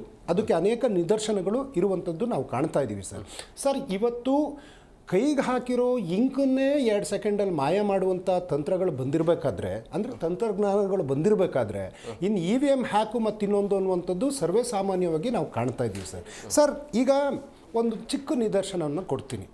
ನಿನ್ನೆ ಅಲ್ಲ ಮೊನ್ನೆ ಅಷ್ಟೇ ಶ್ರೀ ನಂಜೇಗೌಡ್ರದ್ದು ಒಂದು ಸುಪ್ರೀಂ ಕೋರ್ಟ್ ಆದೇಶದ ಮೇರೆಗೆ ಏನು EVM ಮೂಲಕ ಒಂದು ರಿಸಲ್ಟ್ ಬಂತು. ಅದರಲ್ಲಿ ಸುಮಾರು 260 ಮತಗಳಲ್ಲಿ ನಂಜೇಗೌಡರು ಗೆದ್ದರು. ಲಾಸ್ಟ್ ಟೈಮ್ ಗೆದ್ದಿದ್ವಿ ಅಂತಲೂ ಅವ್ರು ಕೋರ್ಟಿಗೆ ಹೋಗಿದ್ರು. ಆದರೆ ಇನ್ನೆರಡು ಚುನಾವಣೆ ರಿಸಲ್ಟು ಸುಮಾರು 4 ವರ್ಷದಿಂದ ಏನು ಇವತ್ತು ಇದು ವಿಧಾನ ಪರಿಷತ್ನ ಉಪಸಭಾಪತಿಯಾಗಿ ಪ್ರಾಣೇಶ್ ಅವ್ರು ಕೂತಿದ್ದಾರಲ್ಲ, ಅವರ ಮೇಲೆ ಒಂದು ಕೇಸು ನಾವು ಹಾಕಿದ್ದೀವಿ. ಅದು ಸುಪ್ರೀಂ ಕೋರ್ಟಲ್ಲಿ ಫೈಟ್ ಆಯಿತು. ಸುಪ್ರೀಂ ಕೋರ್ಟಿಂದ ಮತ ಎಣಿಕೆನೂ ನಡೆದು ಚಿಕ್ಕಮಗಳೂರಿನಲ್ಲಿ ಶ್ರೀಮತಿ ಗಾಯತ್ರಿ ಶಾಂತೇಗೌಡರ ರಿಸಲ್ಟು ಅದು ಬ್ಯಾಲೆಟಲ್ಲಿ ಆಗಿರ್ತಕ್ಕಂಥ ಚುನಾವಣೆ. ನಮ್ಮ ನ್ಯಾಯಾಂಗ ವ್ಯವಸ್ಥೆ ಬಗ್ಗೆ ನಾವು ಅನುಮಾನ ವ್ಯಕ್ತಪಡಿಸುವಂಥ ರೀತಿ ಆಗಿದೆ. ಯಾಕೆ ಅಂತಂದರೆ ಇವತ್ತಿನ ತನಕ ಅದರ ರಿಸಲ್ಟ್ನ ಕೊಡೋದಕ್ಕೆ ಆಗಿಲ್ಲ. ಕೌಂಟಿಂಗ್ ಆಗಿದೆ ಸರ್, ಕೌಂಟಿಂಗ್ ಆಗಿ ವರ್ಷ ಮುಗಿಯೋದಕ್ಕೆ ಬಂದಿದೆ, ಅದು ಬ್ಯಾಲೆಟ್ದು. ಇನ್ನು ನಮ್ಮ ಜಯನಗರದ್ದು ಮೊನ್ನೆ ಅಷ್ಟೇ ಒಂದು ತೀರ್ಪು ಸುಪ್ರೀಂ ಕೋರ್ಟಿಂದ ಬಂದಿದೆ, ಅದನ್ನು ಮತ ಎಣಿಕೆಯನ್ನು ಮಾಡ್ಬೋದು. 2.5 ವರ್ಷ ಚುನಾವಣೆ ಆಗಿ ಮುಗಿದ್ರೂ ನಮಗೆ ಮರು ಎಣಿಕೆ ಮಾಡೋದಕ್ಕೆ ಕೋರ್ಟಿಂದ ಮೊನ್ನೆ ಅಷ್ಟೇ ಆರ್ಡರ್ ಸಿಕ್ಕಿದೆ. ಅದೂ ಸಮೇತ ಅಂಚೆ ಮತಗಳು, ಪೇಪರ್ ವೋಟಿಂಗ್ಸ್ ಇರ್ತಕ್ಕಂಥದ್ದು. ಅಂದರೆ ಇವೆರಡು ರಿಸಲ್ಟ್ನ ಯಾಕೆ ಅವರು ಹಿಡಿದಿಟ್ಟಿದ್ದಾರೆ ಅಂತಂದರೆ ಸರ್ವೇ ಸಾಮಾನ್ಯ ಅದು ತೀರ್ಪೇನೇ ಬರ್ಬೋದು. ನನಗಂತೂ ವಿಶ್ವಾಸ ಇದೆ 2 ಕ್ಷೇತ್ರದಲ್ಲೂ 2 ಜನ ಹೆಣ್ಮಕ್ಳು ಗೆದ್ದೇ ಗೆಲ್ತಾರೆ. ಅದು ಪರಿಷತ್ತಿಗೊಬ್ಬರು ಮತ್ತು ವಿಧಾನಸಭೆಗೊಬ್ಬರು ಅನ್ನುವಂಥ 100ಕ್ಕೆ 100 ಸತ್ಯ ಒಂದು ಆ ಭಾವನೆ ಇಟ್ಕೊಂಡಿದ್ದೀವಿ ಸರ್. ಇವಾಗ ಏನು ಹಿಂದೆಲ್ಲ ಯಾವುದು ಬಹಳ ಮುಖ್ಯವಾಗಿ ಪಂಚಾಯಿತಿ ಚುನಾವಣೆಗಳೇನಾದರೂ EVM ಮಿಷನ್ಗಳಲ್ಲಿ ನಡೀತಾ ಇತ್ತಾ ಕರ್ನಾಟಕದಲ್ಲಿ? ಪಂಚಾಯಿತಿ ಚುನಾವಣೆಗಳು ಏನು ಪರಿಷತ್ ಚುನಾವಣೆಗಳು, ZP-TP ಚುನಾವಣೆಗಳು ಎಲ್ಲವೂ ಸಮೇತ ಬ್ಯಾಲೆಟಲ್ಲೇ ನಡೀತಾ ಇರ್ತಕ್ಕಂಥದ್ದು ಇದೆ. ನಾವು ವಿಧಾನಸಭಾ ಚುನಾವಣೆ ಮತ್ತು MP ಚುನಾವಣೆಗೆ ಮಾತ್ರ ನಾವು EVMನ ಬಳಸ್ತಾ ಇದ್ವಿ. ಅದೇ ರೀತಿ ಇವತ್ತು ನಾವೇನು ಹೊಸ ಅದು ಯಾರೋ ಅಂತ ಇದ್ರು ರಾಜಕೀಯ ಅಷ್ಟೊಂದು ನನಗೆ ಗೊತ್ತಿಲ್ಲ ಅವ್ರ ಪ್ರಬುದ್ಧತೆ ಆಗಿದೆ, ನಾವು ಯಾವುದೋ ಯುಗಕ್ಕೆ ಹೋಗ್ತೀವಿ ಅಂತೆಲ್ಲ ಅವ್ರು ಉಲ್ಲೇಖ ಮಾಡ್ತಾಯಿದ್ರು. I don't take his name also. But ನೋಡಿ, ಹಿಂದೆ ಏನು ಮಾಡ್ತಾ ಬಂದಿದ್ದೀವಿ ಸಾಂಪ್ರದಾಯಿಕವಾಗಿ ಅದನ್ನು ನಾವು ಮುಂದುವರಿಸ್ತಾ ಬಂದಿದ್ದೀವಿ. ಮತ್ತು ಕರ್ನಾಟಕದ ಏನು ಎಲೆಕ್ಷನ್ ಕಮಿಷನ್ ಆಫ್ ಕರ್ನಾಟಕದ ಮುಖ್ಯಸ್ಥರು ಸಂಗ್ರೇಶಿ ಅವರಿದ್ದಾರೆ, ಅವರೇ ಎಲೆಕ್ಷನ್ ಕಮಿಷನ್ ಆಫ್ ಕರ್ನಾಟಕ ಈ ಬಾರಿ ಏನು ಪ್ರತಿ ಬಾರಿ ನಡೆಸಿದಂತೆ ಈ ಬಾರಿಯೂ ನಾವು ಬ್ಯಾಲೆಟ್ ಪೇಪರ್ನಿಂದನೇ ಚುನಾವಣೆಯನ್ನು ಮಾಡೋರಿದ್ದೀವಿ ಅಂತೇಳಿ ಎಲೆಕ್ಷನ್ ಕಮಿಷನ್ ಆಫ್ ಕರ್ನಾಟಕ ಹೇಳಿದ ಮೇಲೆ ಇದು ನಾವು ವಿಶೇಷವಾಗಿ, ಯಾಕೆಂದರೆ ಹಿಂದೆನೂ ಬ್ಯಾಲೆಟ್ ಪೇಪರ್ ಮಾಡ್ತಾ ಇರೋದು ಅದೇ ಒಂದು ಪ್ರಕ್ರಿಯೆಗಳು ಮುಂದುವರಿತಾ ಬರ್ತಾ ಇದೆ. ಸೊ ಅದನ್ನು ನಾವು ಮಾಡ್ತೀವಿ ಅಂತೇಳಿ. ಸರ್, ನಿಮಗೆ ಒಂದು ಚಿಕ್ಕ ಉದಾಹರಣೆ ಕೊಡ್ತೀನಿ ಸರ್. ಬ್ಯಾಲೆಟ್ನ ಪವರು ಈಗ ಸದ್ಯ ನಿದರ್ಶನ ಅಂತಂದರೆ ಮೊನ್ನೆ ಅಷ್ಟೇ ಕೇರಳದಲ್ಲಿ ಬ್ಯಾಲೆಟಲ್ಲಿ ಚುನಾವಣೆ ಆಯಿತು ಸರ್. ನಮ್ಮದು LDF ಒಟ್ಟು 8021 ಪಂಚಾಯಿತಿಯನ್ನು ಗೆದ್ದಿದ್ದೀವಿ. ಒಟ್ಟು ಏನೋ ಗ್ರಾಮ ಪಂಚಾಯಿತಿ, ತಾಲೂಕು ಪಂಚಾಯಿತಿಯನ್ನು ಒಟ್ಟು ನಾವು ಇಷ್ಟು 1241 ಮತ್ತು ಜಿಲ್ಲಾ ಪಂಚಾಯಿತಿ 195 ಮತ್ತು ಮುನ್ಸಿಪಾಲ್ಟಿ ಕಾರ್ಪೊರೇಷನ್ಗಳಲ್ಲಿ ಒಟ್ಟು ನಾವು 6ರಲ್ಲಿ 4 ಕ್ಷೇತ್ರ ಗೆದ್ದಿದ್ದೀವಿ. ಇನ್ನು ಪಕ್ಕದ ತೆಲಂಗಾಣದಲ್ಲಿ ಮೊನ್ನೆ ಅಷ್ಟೇ ಪಂಚಾಯಿತಿ ಚುನಾವಣೆ ಆಯಿತು, ಅದು ಬ್ಯಾಲೆಟಲ್ಲಿ ಒಟ್ಟು 7,500 ನಾವು ಪಂಚಾಯಿತಿಗಳನ್ನ ಗೆದ್ಕೊಂಡಿದ್ದೀವಿ ಸರ್. ಅದು ಪವರ್ ಆಫ್ ಬ್ಯಾಲೆಟ್ ಅಂತ. ಮತ್ತು ಇತ್ತೀಚಿನ ದಿನಗಳಲ್ಲಿ ಭಾಳಷ್ಟು ಚರ್ಚೆ, ಮತ್ತು ನಾವು ಕರ್ನಾಟಕದಿಂದಲೂ ಹುಟ್ಟಾಕಿರೋದು ಮತಗಳ್ಳತನ ಅನ್ನುವಂಥ ಮಹದೇವಪುರದ 1,250,000 ಮತಗಳ ಕಳ್ಳತನ ಆಗಿದೆ ಅನ್ನುವಂಥ ಒಂದು ಅಭಿಯಾನವನ್ನು ಅದು ಮಾನ್ಯ ಶ್ರೀ ಮಲ್ಲಿಕಾರ್ಜುನ ಖರ್ಗೆ ಸಾಹೇಬರು, ರಾಹುಲ್ ಗಾಂಧಿ ಸಾಹೇಬರು ಮತ್ತು ಸಿದ್ದರಾಮಯ್ಯ ಸಾಹೇಬರು, ಶಿವಕುಮಾರ್ ಸಾಹೇಬರು ಜೊತೆಗೆ ಎಲ್ಲ ನಮ್ಮ ಕಾಂಗ್ರೆಸ್ನ ಮುಖಂಡರ ನೇತೃತ್ವದಲ್ಲಿ ಇದೇ ನಮ್ಮ ಫ್ರೀಡಮ್ ಪಾರ್ಕಿಂದ ಒಂದು ದೊಡ್ಡ ಅಭಿಯಾನವನ್ನು ನಾವು ಶುರು ಮಾಡಿದ್ವಿ ಸರ್. ಜೊತೆಗೆ ನಾವು EVMದೊಂದು ಕಡೆ ನಾವು ಯೋಚನೆ ಮಾಡ್ತಾ ಇರಬೇಕಾದ್ರೆ ನಮ್ಮ ದೊಡ್ಡ ಚರ್ಚೆ ಆಗಬೇಕಾಗಿರೋದು ಮತಗಳ ಡಿಲೀಷನ್ ಆಗ್ತಾ ಇರೋದು ಅಥವಾ ಮತಗಳ ಆ್ಯಡ್ ಆನ್ ಆಗ್ತಾ ಇರೋದು. ಮಹಾರಾಷ್ಟ್ರದಲ್ಲಿ ನೀವು ವಿಧಾನಸಭಾ ಚುನಾವಣೆಗೂ ಲೋಕಸಭಾ ಚುನಾವಣೆಗೂ ಒಟ್ಟು 75 ಲಕ್ಷ ಮತಗಳು ಆ್ಯಡ್ ಆಗಿದೆ ಸರ್. ಬಿಹಾರದಲ್ಲಿ 64 ಲಕ್ಷ ಮತಗಳು ಮೈನಸ್. ಬ್ಯಾಲೆಟ್ ಪೇಪರ್ ಅಲ್ಲಿ ಯಾವುದೇ ರೀತಿ ಗೋಲ್ಮಾಲ್ ಆಗಲ್ಲ ಅಂತ ಅನ್ಕೊಂಡಿದ್ದೀರಾ ಸರ್? ಈಗ ಒಂದು ಚಿಕ್ಕ ಉದಾಹರಣೆ ಸರ್. ಈಗ ನಾವು ಜ್ಞಾನೇಶ್ ಅವರಿಗೆ ಅಂದರೆ ಎಲೆಕ್ಷನ್ ಕಮಿಷನ್ ಆಫ್ ಇಂಡಿಯಾದ ಮುಖ್ಯಸ್ಥರಾದ ಜ್ಞಾನೇಶ್ ಅವರಿಗೆ ಕೆಲವೊಂದು ಪ್ರಶ್ನೆಗಳನ್ನ ಎತ್ತಿದ್ವಿ ಸರ್. ಯಾವುದು ಏನೇನು ವೋಟಿಂಗ್ ಆಗಿದೆ ಅದ್ರ ರೆಕಾರ್ಡ್ಸು ಮಾದೇವಪುರದ ಕೊಡಿ ಅಂತ ಕೇಳಿದ್ವಿ. ಇಲ್ಲಿ ನಾವು ಇಷ್ಟು ಮತಗಳ್ಳತನ ಆಗಿದೆ ಅಂತ, ಯಾಕೆಂದರೆ ಪ್ರಜಾಪ್ರಭುತ್ವ ವ್ಯವಸ್ಥೆ, ಅಲ್ಲಿದು ಎಲ್ಲ ಡಿಲೀಷನ್ ಆಗೋಯ್ತು ಸರ್. ಮಹಾರಾಷ್ಟ್ರದ ಕೇಳಿದ್ವಿ ಸರ್, ಹರಿಯಾಣದ ಕೇಳಿದ್ವಿ, ಎಲ್ಲದೂ ಇವತ್ತು ಚುನಾವಣಾ ಆಯೋಗದಿಂದ ಡಿಲೀಟು. ನಾವು ಕೇಳಿದ್ವಿ ವಿಡಿಯೋ ರೆಕಾರ್ಡಿಂಗ್ ಆಗಬೇಕು, ಏನು ಮತದಾನ ನಡೀತಾ ಇದೆ ವಿಡಿಯೋ ರೆಕಾರ್ಡಿಂಗ್. ಅವ್ರು ಹೇಳ್ತಾರೆ ಅಲ್ಲಿ ಸ್ತ್ರೀಯರ ಒಂದು ಏನು ಅವರ ಒಂದು ಗೌರವಕ್ಕೆ ಧಕ್ಕೆ. ಸರ್ ನಾವು ಕೇಳ್ತಾ ಇರೋದು ಮತ ಹಾಕಿರುವಂಥ ಒಂದು ಏನು ಅದಕ್ಕೆ ವಿಡಿಯೋಗಳನ್ನ ಮಾಡಿ ಅಂತ. ನಾವು ಯಾವ ಬೆಡ್ರೂಮ್ದು ಬಾತ್ರೂಮ್ದು ಅಥವಾ ಇನ್ಯಾವುದೋ ಬಟ್ಟೆ ಬದಲಾಯಿಸುವಂಥ ಜಾಗಗಳದ್ದು ಯಾವುದೋ ವಿಡಿಯೋಗಳು ಕೇಳ್ತಾ ಇಲ್ಲ ಸರ್. ನಮ್ಮ ಹಕ್ಕು, ನಮ್ಮ ಕರ್ತವ್ಯ, ನಮಗೆ ಮತದಾನ ಅಂದರೆ ಪವಿತ್ರವಾದಂಥ ಹಕ್ಕು ಅಂತ ನಮ್ಮ ಹಿರಿಯರು ಹೇಳ್ಕೊಟ್ಟಿದ್ದಾರೆ. ಅದ್ರದ್ದು ಒಂದು ವಿಡಿಯೋಗ್ರಫಿಗಳಿರಲಿ, ಅಥವಾ ಏನು ನೀವು ಮತದಾನ ಆಗಿದೆ ಅದರ ಡೇಟಾ ನಮಗೆ ಕೊಡಿ ಅಂದರೆ ಆ ಡೇಟಾ ಓದೋದಕ್ಕೆ 350 ವರ್ಷ ಅಂತ ಅವರು ಬಂದು ಪ್ರೆಸ್ ಮೀಟಲ್ಲಿ ಹೇಳ್ತಾ ಇದ್ದಾರೆ ಅಂತಂದರೆ ಎಲೆಕ್ಷನ್ ಕಮಿಷನ್ ಆಫ್ ಇಂಡಿಯಾನೇ ಒಂದು ಅಕ್ರಮಕ್ಕೆ ಹೋಗಿ ನಿಂತಿದೆ. ನಾವು ಸಾಕ್ಷಿ ದಾಖಲೆಗಳ ಸಮೇತ ನನ್ನ ಗಾಡಿನಲ್ಲಿ ಬಿಟ್ಟು ಬಂದೆ ಸರ್. ನನ್ನ ಹತ್ರ ಇದೆ, ಅದು ಶಿರ್ಡಿದು ಒಬ್ಬನ ಹೆಸರಲ್ಲೇ 25 ವೋಟಿಂಗ್ ಅಲ್ಲ. ಆ ವೋಟ್ ನಾವು ಚೆಕ್ ಮಾಡಿದಾಗ ಗೊತ್ತಾಗುತ್ತಲ್ಲ ಯಾವುದಕ್ಕೆ ಹೋಗಿದ್ದಾನೆ, ಯಾವ ಹೆಸರಲ್ಲಿ ಹೋಗಿದ್ದಾನೆ, ಯಾರು ಹಾಕಿದ್ದಾನೆ ಅಂತೇಳಿ. ಸೊ ಹಾಗಾಗಿ ಈ ಒಂದು ಮತಗಳ್ಳತನ ಒಂದು ನಡೀತಾ ಇರೋದು. ಇನ್ನೊಂದು ಇದು purely man made machine sir. ನಾವು ನಮ್ಮ ಬಾಡಿ ಎಲ್ಲ ಗಾಡ್ ಮೇಡ್ ಮಿಷನ್ನು, ನಮ್ಮ ತಂದೆ ತಾಯಿಯವರು ಇದರಿಂದ ನಾವು ಬದುಕು ಬಂದಿದ್ದೀವಿ ಸರ್. ನಮ್ಮೊಳಗಡೆ ಇರ್ತಕ್ಕಂಥ ದೇಹದ ಪಾರ್ಟ್ಸ್ನೇ ಇವತ್ತು ಯಾವುದೇ ಬೇಕಿರೋ ಆರ್ಟಿಫಿಷಿಯಲ್ ಹಾರ್ಟ್ ಬಂದಿಲ್ವೋ ಸರ್ ಪಂಪ್ ಮಾಡೋದಕ್ಕೆ. ಹಂಗೆ ಮನುಷ್ಯನ ಭಾಗಗಳನ್ನೇ ಇವತ್ತು ಮಾಡೋ ಇದ್ರಿಂದ ಇಂಥದ್ರಲ್ಲಿ ಎಲ್ಲೋ ಕೂತ್ಕೊಂಡು ನಾನು ಆಮೇಲೆ ಒಂದು ನಿಜವಾದ ಉದಾಹರಣೆ ಮನುಷ್ಯನಿಂದ ಯಾವ ರೀತಿ ಆಪರೇಟ್ ಆಗುತ್ತೆ ಅನ್ನೋದಕ್ಕೆ ಒಂದು ಜೀವಂತ ಉದಾಹರಣೆಯನ್ನು ಕೊಡ್ತೀನಿ ಸರ್. ಆದರೆ ನಾವಂತೂ ನಮ್ಮ ರಾಜ್ಯ ಸರ್ಕಾರ ಹಿಂದಿಂದ ಏನು ಪದ್ಧತಿಗಳಿತ್ತು ಆ ಪದ್ಧತಿಯನ್ನು ಮುಂದುವರ್ಸ್ಕೊಂಡು ಹೋಗ್ತಾ ಇದೀವಿ ಅಂತ ಹೇಳ್ತಾ ಇದ್ದಾರೆ. ನೋಡಿ ಸರ್, ಇವರು ದರ್ಶನ್ ಅವ್ರು ಹೇಳೋ ಪ್ರಕಾರವಾಗಿ ಮ್ಯಾನ್ ಮೇಡು ಇದು ಮಿಷಿನ್ ಮೇಡ್ ಅಂತಾರೆ. ಈ ಮಿಷಿನ್ ಮೇಡನ್ನು ಯಾರು ಕಂಟ್ರೋಲ್ ಮಾಡೋದು? Who will control, who will monitor, ಆಯ್ತಾ? Brain of the human body ಅಲ್ವಾ, ಅವನೇ ಮಾಡೋವಂಥದ್ದು. ಒಂದು ಸೂಪರ್ವಿಷನ್ ಇರುತ್ತೆ. 2004ರಿಂದ ಮತ್ತು 2015 ಆಲ್ಮೋಸ್ಟ್ 14ರವರೆಗೆ ಇವ್ರ ಸರ್ಕಾರನೇ ಇತ್ತು. ಆಗ ಸೆಂಟ್ರಲ್ ಗೌರ್ಮೆಂಟ್ ಅಧಿಕಾರಕ್ಕೆ ಬಂದಿದೆ, ಅದು ಇದೇ ಕಾಂಗ್ರೆಸ್. ಆಗ ಈ ಮಿಷನ್ ಬಗ್ಗೆ ಅನುಮಾನ ವ್ಯಕ್ತಪಡಿಸ್ತಿಲ್ಲ. ಅವರಿದ್ದಾಗ ಸರಿ ಇತ್ತು ಅಂತ ಅವ್ರು ಹೇಳ್ತಾ ಇರೋದು. ಅಲ್ಲ, ಇವಾಗ ಏನು ಸರಿ ಇಲ್ವಾ? ಹಂಗಾರೆ 136 ಸೀಟನ್ನು ಕರ್ನಾಟಕದಲ್ಲಿ ತಗೊಂಡ್ರಲ್ಲ, ನಾವ್ಯಾರ ಪ್ರಶ್ನೆ ಮಾಡಿದ್ವಾ? ಬಿಜೆಪಿ ಪ್ರಶ್ನೆ ಮಾಡ್ತಾ ಅಥವಾ JDS ಪ್ರಶ್ನೆ ಮಾಡ್ತಾ ನಾವು ಗೌರವ ಸೋಲನ್ನು ಒಪ್ಕೊಂಡಿದ್ದೀವಿ. ಸಾಂವಿಧಾನಿಕ ಸಂಸ್ಥೆಗಳಲ್ಲಿ ದಾಳಿ ಮಾಡಬೇಕಾದಂಥ ಸಂದರ್ಭದಲ್ಲಿ ಕಾಂಗ್ರೆಸ್ ಎಚ್ಚರಿಕೆಯಿಂದ ಮಾಡಬೇಕು. ಇದುವರೆಗೂ ದರ್ಶನ್ ಅವರು ಮಾತಾಡಿದ್ದೇನಂತ ಕೇವಲ ಮತ ಪರಿಷ್ಕರಣೆ, ಮತದಾರ ಪಟ್ಟಿಲಾಗಿರುವಂಥ ಲೋಪಗಳ ಮಾತಾಡಿದ್ದಾರೆ ಹೊರತು ಬ್ಯಾಲೆಟ್ ಪೇಪರ್ ಇಂದ ಆಗುವಂಥ ಅಥವಾ ಆಗದೇ ಇರುವಂಥ ಅನಾಹುತಗಳೇನು ಅಥವಾ ಅನುಕೂಲಗಳೇನ ಬಗ್ಗೆ ಚರ್ಚೆ ಮಾಡಬೇಕು. ನೋಡಿ, ಇವರು ಹೇಳಿದಂಥ ವಿಚಾರಕ್ಕೆ 2008ರಲ್ಲಿ ಸರ್ ಟೋಟಲೈಸರ್ ಅಂತೇಳಿ ಒಂದು ಡೆವಲಪ್ ಮಾಡ್ತಾರೆ. ಅಂದರೆ ಯಾರ್ಯಾರು ಮತ ಯಾವಾಗ ಬೂತಲ್ಲಿ ಯಾರು ಮತ ಹಾಕಿದ್ದಾರೆ, ನಿಜವಾಗ್ಲೂ ಅವ್ರು ಹಾಕಿದ್ದಾರೆ, ಒಟ್ಟು ಎಷ್ಟು ಮತಗಳನ್ನು ಕ್ರೋಢೀಕರಣ ಹಾಕಿದ್ದಾರೆ ಅಂತ ಟೋಟಲೈಸರ್ ಅಂತೇಳಿ ಒಂದು ಡೆವಲಪ್ ಮಾಡ್ತಾರೆ. ಅದಾದಮೇಲೆ ವೋಟರ್ ವೆರಿಫೈಡ್ ಅಂತಾರೆ VVPAT ಅಂತೇಳಿ, ಅದನ್ನು ಒಂದು ಟೆಕ್ನಿಕಲ್ ಎಕ್ಸ್ಪರ್ಟ್ ಅಂತ ಮಾಡಿ ರಾಜಕಾರಣಿಗಳೆಲ್ಲ ಅವರ ಪಕ್ಷಗಳನ್ನು ಕರೆದು ಚರ್ಚೆ ಮಾಡ್ತಾರೆ. ಆ ಅನುಮಾನವನ್ನು ಹೋಗಲಾಡಿಸ್ತಾರೆ. ಈ ಸಂಬಂಧಪಟ್ಟಂತೆ ಅನೇಕ ಚರ್ಚೆಗಳಾಗ್ತವೆ. ಅನೇಕ ರಾಜಕೀಯ ಪಕ್ಷಗಳು ಸುಪ್ರೀಂ ಕೋರ್ಟ್ಗೆ ಹೋಗ್ತಾರೆ. ಏನಂತ ಇದು ಇವರು ಹೇಳಿದಂಥ ಅನುಮಾನಗಳೆಲ್ಲ ವ್ಯಕ್ತಪಡಿಸ್ತವೆ. ಕಡೆಗೆ 2019ರಲ್ಲಿ ಸುಪ್ರೀಂ ಕೋರ್ಟ್ ಹೇಳ್ತಾ ಇಲ್ಲ ಇಟ್ ಈಸ್ ವ್ಯಾಲಿಡ್, ಏನಾಗೋದಿಲ್ಲ, ಇದು ತುಂಬ ಪ್ರೋಗ್ರೆಸಿವ್ ಆಗಿದೆ ಅಂತೇಳಿ ಮನೆ ಪರಮೋಚ್ಚ ನ್ಯಾಯಾಲಯ ಒಪ್ಕೊಳ್ಳುತ್ತೆ. ಇಂಥ ಸಂದರ್ಭದಲ್ಲಿ ಬ್ಯಾಲೆಟ್ ಪೇಪರಿಂದ ಆಗುವಂಥ ಕೆಲವು ವಿಚಾರಗಳನ್ನ ಹೇಳ್ತೀನಿ. ನಾನು ಲೋಕಲ್ ಬಾಡಿಯಿಂದ ನಾನು ಗೆದ್ದಿರೋಂಥನು ಗ್ರಾಮ ಪಂಚಾಯತಿ ಮೆಂಬರು ಮತ್ತು ಈಗ ಅಧ್ಯಕ್ಷ, ಜೊತೆಗೆ ನಾನು ಅನೇಕ ಪಂಚಾಯತಿಗಳ ಚುನಾವಣೆ ಜಿಲ್ಲಾ ಪಂಚಾಯತ್ ಕಂಟೆಸ್ಟ್ ಮಾಡಿದ್ದೀನಿ. ನೋಡಿ ಸರ್, ಏನಾಗುತ್ತೆ ಅಂತಂದರೆ ಬ್ಯಾಲೆಟ್ ಪೇಪರ್ ಅಂತಂದರೆ ಪೊಲ್ಯೂಷನ್ ಸಮಸ್ಯೆ ಆಗುತ್ತೆ. ಜೊತೆಗೆ ಭಾರತದಂಥ ದೊಡ್ಡ ಪ್ರಜಾಪ್ರಭುತ್ವ ರಾಷ್ಟ್ರದಲ್ಲಿ ಮತಗಳನ್ನು ಅಥವಾ ಸ್ಥಳೀಯ ಚುನಾವಣೆಗಳು ನಡೆಸೋದು ತುಂಬ ಕಷ್ಟನೇ. ಯಾಕೆಂದರೆ ಅದೇ ಸಿಬ್ಬಂದಿ ಬರ್ತಾರೆ. ಆದರೆ ಸಂಖ್ಯೆಗಳು ಕಡಿಮೆ ಇರ್ಬೋದು, ಆಯ್ಕೆ ಆಗುವಂಥ ಸಿಬ್ಬಂದಿಗಳ ನೇಮಕ ಸಮಯ ವೇಸ್ಟ್. ಆಮೇಲೆ ಅಲ್ಲಿಂದ ಹೋದರೆ ಮತಗಳನ್ನು ಹಾಕುವಂಥದ್ದು ವೇಸ್ಟ್ ಆಗುತ್ತೆ. ಅಲ್ಲಿ ಎಲ್ಲಿಗೆ ಹಾಕಬೇಕು ಅನ್ನೋದು ರಿಸಲ್ಟ್ಗೆ ಇಡೀ ದಿನ ಕಾಯಬೇಕು. ಇದೆಲ್ಲವನ್ನು ಅನುಸರಿಸಿ ಒಂದು ಈಸಿ ಮೆಥಡ್ ಮಾಡಿದ್ದಾರೆ. ಅದನ್ನು ಅಲ್ಲೇನೋ ಬರೀ ಏನೋ ವೋಟಿಂಗ್ ಮಿಷನಲ್ಲಿ ಹ್ಯಾಕ್ ಆಗುತ್ತೆ ಅಂತ ಹೇಳಿದ್ದಾರೆ. ಅದಕ್ಕೆ ಸಂಬಂಧಪಟ್ಟಂತೆ ಆಲ್ರೆಡಿ ಈಗ ಎಲ್ಲ ರಾಜಕೀಯ ಪಕ್ಷಗಳನ್ನು ಕರೆದು ಸರ್ವೋಚ್ಚ ನ್ಯಾಯಾಲಯ ಚರ್ಚೆ ಮಾಡಿ ಒಂದು ಒಪಿನಿಯನ್ ಕೊಟ್ಟಿದೆ. ಅವಾಗ ಯಾಕೆ ಇವರ ಆಕ್ಷೇಪಣೆ ವ್ಯಕ್ತಪಡಿಸಿಲ್ಲ, ಅವಾಗ ಒಪ್ಕೊಂಡಿದ್ದಾರೆ. ಅದಾದಮೇಲೆ ಇಟ್ ಈಸ್ ಇಂಟ್ರೊಡ್ಯೂಸ್ಡ್. ಇನ್ನೊಂದು ವಿಶೇಷ ಏನು ಅಂತಂದ್ರೆ, ಇಲ್ಲಿ ರಾಜ್ಯ ಚುನಾವಣಾ ಆಯೋಗ ಕೇಂದ್ರ ಚುನಾವಣಾ ಆಯೋಗದ ಭಾಗ ಅಲ್ಲ. It is independent and autonomous. ಹಾಗಾಗಿ ಇದು ಯಾವ ರೀತಿಯೆಲ್ಲ ಚುನಾವಣೆನ ಮಾಡಬಹುದು ಅಂದರೆ ಬ್ಯಾಲೆಟ್ ಪೇಪರ್ಲಾರ ಮಾಡ್ಬೋದು ಅಥವಾ ಎಲೆಕ್ಟ್ರಾನಿಕ್ ವೋಟಿಂಗ್ ಮಿಷನ್ ಎಲ್ಲಾರ ಮಾಡ್ಬೋದು. ನಾವು ಕಾಂಗ್ರೆಸ್ ಇದು ಕಾಂಗ್ರೆಸ್ ನೀವು ಹೇಳ್ತಾರೆ ಬ್ಯಾಲೆಟ್ ಪೇಪರ್ ಇಂದ ಈ ರೀತಿಯ ಅನಾಹುತಗಳು ಆಗ್ತವೆ. ಹೌದು, ಇವಿಎಂ ಸರಿ ಇದೆಯಾ? ಸರಿ ಆಗತ್ತಾ? 100% ಇವಿಎಂ ದಲ್ಲಿ ಯಾವುದೇ ಲೋಪದೋಷ ಇಲ್ಲ. ಆ ಲೋಪದೋಷ ಇರದೇ ಇರೋದಕ್ಕೆ ಅಕ್ಯುರೇಸಿ ಇದೆಯಾ? ಅಕ್ಯುರೇಸಿ ಇರೋದಕ್ಕೆ ಹಂಗಾರೆ ಅಕ್ಯುರೇಸಿ ಇಲ್ದಲ್ಲಿ ರಿಸಲ್ಟ್ ಬಂತಾ? ಮತ್ತೆ ಅವರು ಸುಮ್ಮನೆ ಆರೋಪ ಮಾಡ್ತಿದ್ದಾರೆ. ಅಲ್ಲ, ಅವ್ರಿಗೆ ಅನುಮಾನ ಏನು ಅಂತ ರಾಜಕೀಯ ಕತೆ ಕಟ್ಟದೆ ಕತೆ ಅವ್ರ ಕಾಂಗ್ರೆಸ್ನವರಿಗೆ ಏನು ಅಂತಂದ್ರೆ ಏನಾದ್ರು ಒಂದು ಇವ್ರು ಹೇಳ್ದಂಗೆ ನಮ್ಮ ಬಿಜೆಪಿ ಹೋಗ್ತಾರೆ ಹೇಳ್ದಂಗೆ ಆ ಸಂದರ್ಭಕ್ಕೆ ಒಂದು ಡಿವೇಟ್ ಮಾಡಬೇಕು ಜನಗಳನ್ನ. ಬ್ಯಾಲೆಟ್ ಪೇಪರ್ ಇಂದ ಮಾಡ್ಬಿಟ್ರೆ ಎಲ್ಲ ಸರಿಯಾಗಿ ಹೋಗ್ಬಿಟ್ಟು ಎಲೆಕ್ಷನ್ ಕಮಿಷನ್ ಅವರೇ ಬಿಟ್ಟಿರೋದಂದ್ರೆ ನಿಮ್ಗೆ ಇಷ್ಟ ಬ್ಯಾಲೆಟ್ ಪೇಪರ್ ಆದ್ರೂ ಹೋಗಿ ಇಲ್ಲಾಂದ್ರೆ ಇವಿಎಂ ಆಗೋಗಿ ಅಂದ್ರೆ ಅವ್ರಿಗೆ 100 ಇವಿಎಂ ಸಹಜವಾಗಿ ಅಲ್ಲಿ ತಂತ್ರಜ್ಞಾನ ಅಂತ ಹೇಳಿದ್ರೆ ಕೆಲವೊಂದು ಸಮಸ್ಯೆಗಳು ತಂತ್ರಜ್ಞಾನಗಳ ಸಮಸ್ಯೆಗಳು ಇದ್ದೇ ಇಲ್ಲ ಅಂತ ನಾನು ಹೇಳ್ತಾರೆ ಸರ್. 1977ರಿಂದ ಇದುವರೆಗೂ ಇದನ್ನ ಆವಿಷ್ಕರಣ ಮಾಡ್ಕೊಂಡು ಬಂದು ಒಂದು ನಿಲುವಿಗೆ ಬಂದೈತಿ. ಈಗ ನಮ್ಮ ದೇಶದಲ್ಲಿ ಇದು ಅನಿವಾರ್ಯ ಬೇಕಿದ್ದು. ಅವ್ರು ಹೇಳ್ತಾರೆ ಫ್ರಾನ್ಸಲ್ಲಿ ಈಗ ಆನ್ಲೈನಿಗೆ ವೋಟಿಂಗ್ ಮಾಡಬೇಕು ಅಂತ ಹೇಳಿದೆ ಯಾರಿಗೆ ಸರ್ಕಾರಿ ನೌಕರಗಳಿಗೆ ಒಂದಷ್ಟು ದಿನ ಟೈಮ್ ಕೊಟ್ಬಿಟ್ಟು ಆನ್ಲೈನಿಗೆ ವೋಟ್ ಮಾಡಿ ಅಂತ ವ್ಯವಸ್ಥೆ ಬಂದಿದೆ. ನಾವು ಯಾವ ಯುಗದಲ್ಲಿ ಇದ್ದೀವಿ ಸರ್? ಎಲ್ಲವನ್ನೂ ನಾವು ವೈಜ್ಞಾನಿಕವಾಗಿ ಬಳಸ್ಕೊಳ್ಳುವಂಥ ಈ ಸಂದರ್ಭದಲ್ಲಿ ಕೇವಲ ರಾಜಕೀಯವಾಗಿ ಮಾಡಬಾರ್ದು. ಕಾಂಗ್ರೆಸ್ನವ್ರು ಮಾಡಿದರೆ ಅದು ಭಾಳ ವೈಜ್ಞಾನ ಆವಿಷ್ಕಾರ.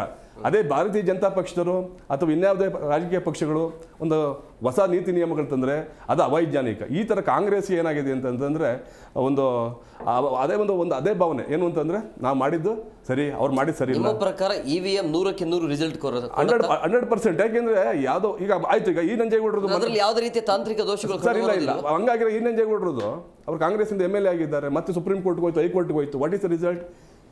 ಅದು ಕರೆಕ್ಟಾಗಿ ಇರೋದು ತಾನೇ ಬಂದಿದ್ದು. ಆಗ ಎಲ್ಲಿಯೂ ಸಹ ಅದನ್ನು ಅನುಮಾನ ವ್ಯಕ್ತಪಡಿಸಬಾರ್ದು. ಜೊತೆಗೆ ಇವರು election commission, state election commission ತನ್ನ ಅಧೀನದಲ್ಲಿ ಐತಿ ಅಂತೇಳಿ, ಅಧೀನ ಅಂತ ಅನ್ನೋದಕ್ಕಿಂತ ಡೈರೆಕ್ಟ್ ಮಾಡ್ಬೋದು ಸ್ಟೇಟ್ ಗೌರ್ಮೆಂಟು. ಆರ್ಟಿಕಲ್ 243 ಮತ್ತು 243Z ಪ್ರಕಾರ. ಆದರೆ ಅದನ್ನು ನಿರ್ದೇಶನ ತಗೊಂಡು ಅದ್ರ ಮೇಲೆ ಅದನ್ನು ದಬ್ಬಾಳಿಕೆ ಮಾಡುವಂಥದ್ದು, ಆ ಸಾಂವಿಧಾನಿಕ ಸಂಸ್ಥೆಯನ್ನು ತನ್ನ ಹಿಡಿದು ತಗೊಳ್ಳುವಂಥ ಕೆಲಸವನ್ನು ಕಾಂಗ್ರೆಸ್ ಯಾವುದೇ ಕಾರಣಕ್ಕೂ ಮಾಡಬಾರ್ದು. ಇದನ್ನು ನಾವು JDS ಮತ್ತು BJP ಜಂಟಿಯಾಗಿ ಖಂಡಿಸ್ತೀವಿ ಸರ್ ಇದನ್ನು.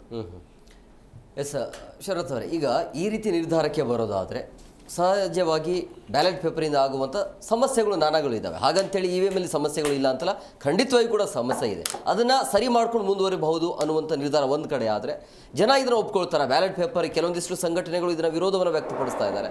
ಸೊ ಹಂಗಾಗಿ ನೀವು ಇದಕ್ಕೆ ಬ್ಯಾಲೆಟ್ ಪೇಪರ್ ಮುಖಾಂತರ ಹೋಗ್ತೀರಾ ಅಥವಾ ನೀವು ಕೂಡ ಇದರ ವಿರೋಧವನ್ನು ವ್ಯಕ್ತಪಡಿಸ್ತಾರೆ ಹೇಗೆ? ಇದು ಜನ ಯಾವತ್ತು ವಿರೋಧ ಮಾಡೇ ಇಲ್ಲ. ಯಾವುದಾದ್ರು ಇವಿಎಂ ಆದರೂ ಓಕೆ, ಬ್ಯಾಲೆಟ್ ಈ ವಿರೋಧ ಮಾಡ್ತಿರೋರು ಕಾಂಗ್ರೆಸ್ನವರಷ್ಟೇ. ಕಾಂಗ್ರೆಸ್ನ ಕಾರ್ಯಕರ್ತರಾಗಿರ್ಬೋದು, ಅಲ್ಲಿ ನಾಯಕರುಗಳಷ್ಟೇ ವಿರೋಧ ಮಾಡ್ತಾ ಇದ್ದಾರೆ ವಿನಃ ಅವರ ಸೋಲಿನ ಭೀತಿಯಿಂದ ಈ ರೀತಿ ನಿರ್ಧಾರಗಳನ್ನು ತಗೊಂಡಿದ್ದಾರೆ ವಿನಃ ಬೇರೆ ಯಾವುದೋ ಕಾರಣವೂ ಅಲ್ಲ.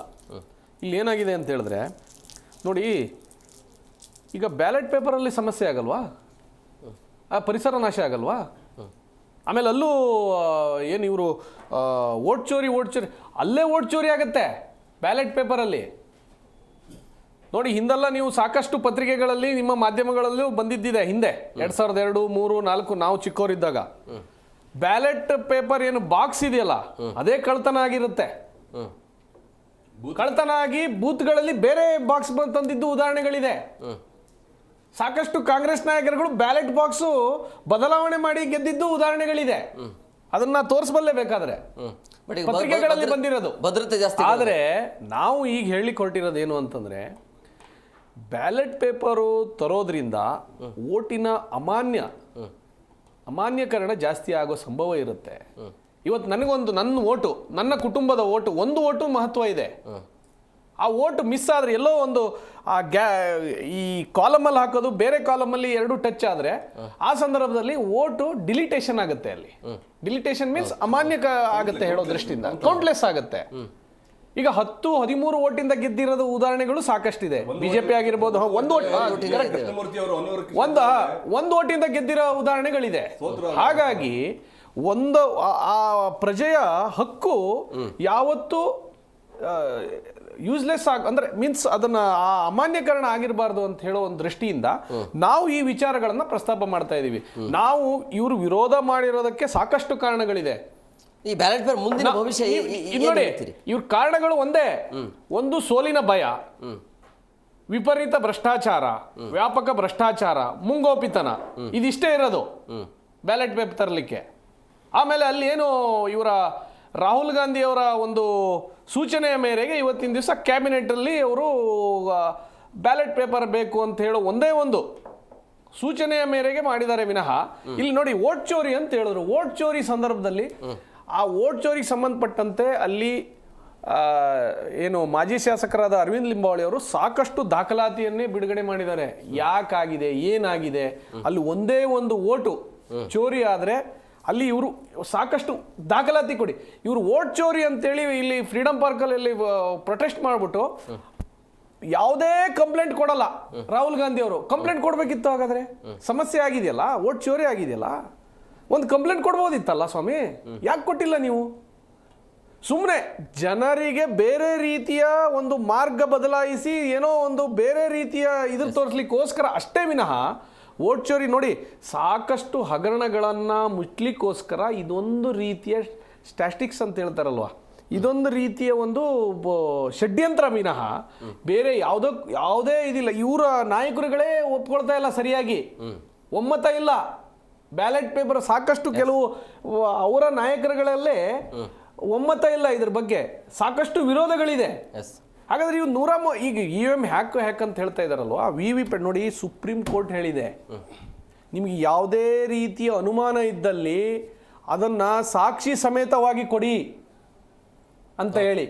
ಯಾವುದೇ ಒಬ್ಬ ಕಾಂಗ್ರೆಸ್ ನಾಯಕರುಗಳು ಇವತ್ತಿನವರೆಗೆ ಅದರಲ್ಲಿ ಸಮಸ್ಯೆ ಆಗಿದೆ ಅಂತೇಳಿ ಒಬ್ರು ಅದನ್ನ ಹೋಗಿ ಕಂಪ್ಲೇಂಟ್ ಕೊಡುವ ಕೆಲಸ ಆಗ್ತಾ ಇಲ್ಲ. ಅಂದ್ರೆ EVM ಸರಿ ನೋಡಿ. ಬೇರೆ 28 ಅಮೆರಿಕ ಆಗಿರ್ಬೋದು, Canada, Australia, Argentina, Mexico, Nepal, Bhutan, Chile, Peru, Namibia ಇವು ರಾಜ್ಯಗಳು EVM ಬಳಸ್ಕೊಂಡು ಚುನಾವಣೆಗಳನ್ನು ನಡೆಸ್ತಾ ಇದೆ.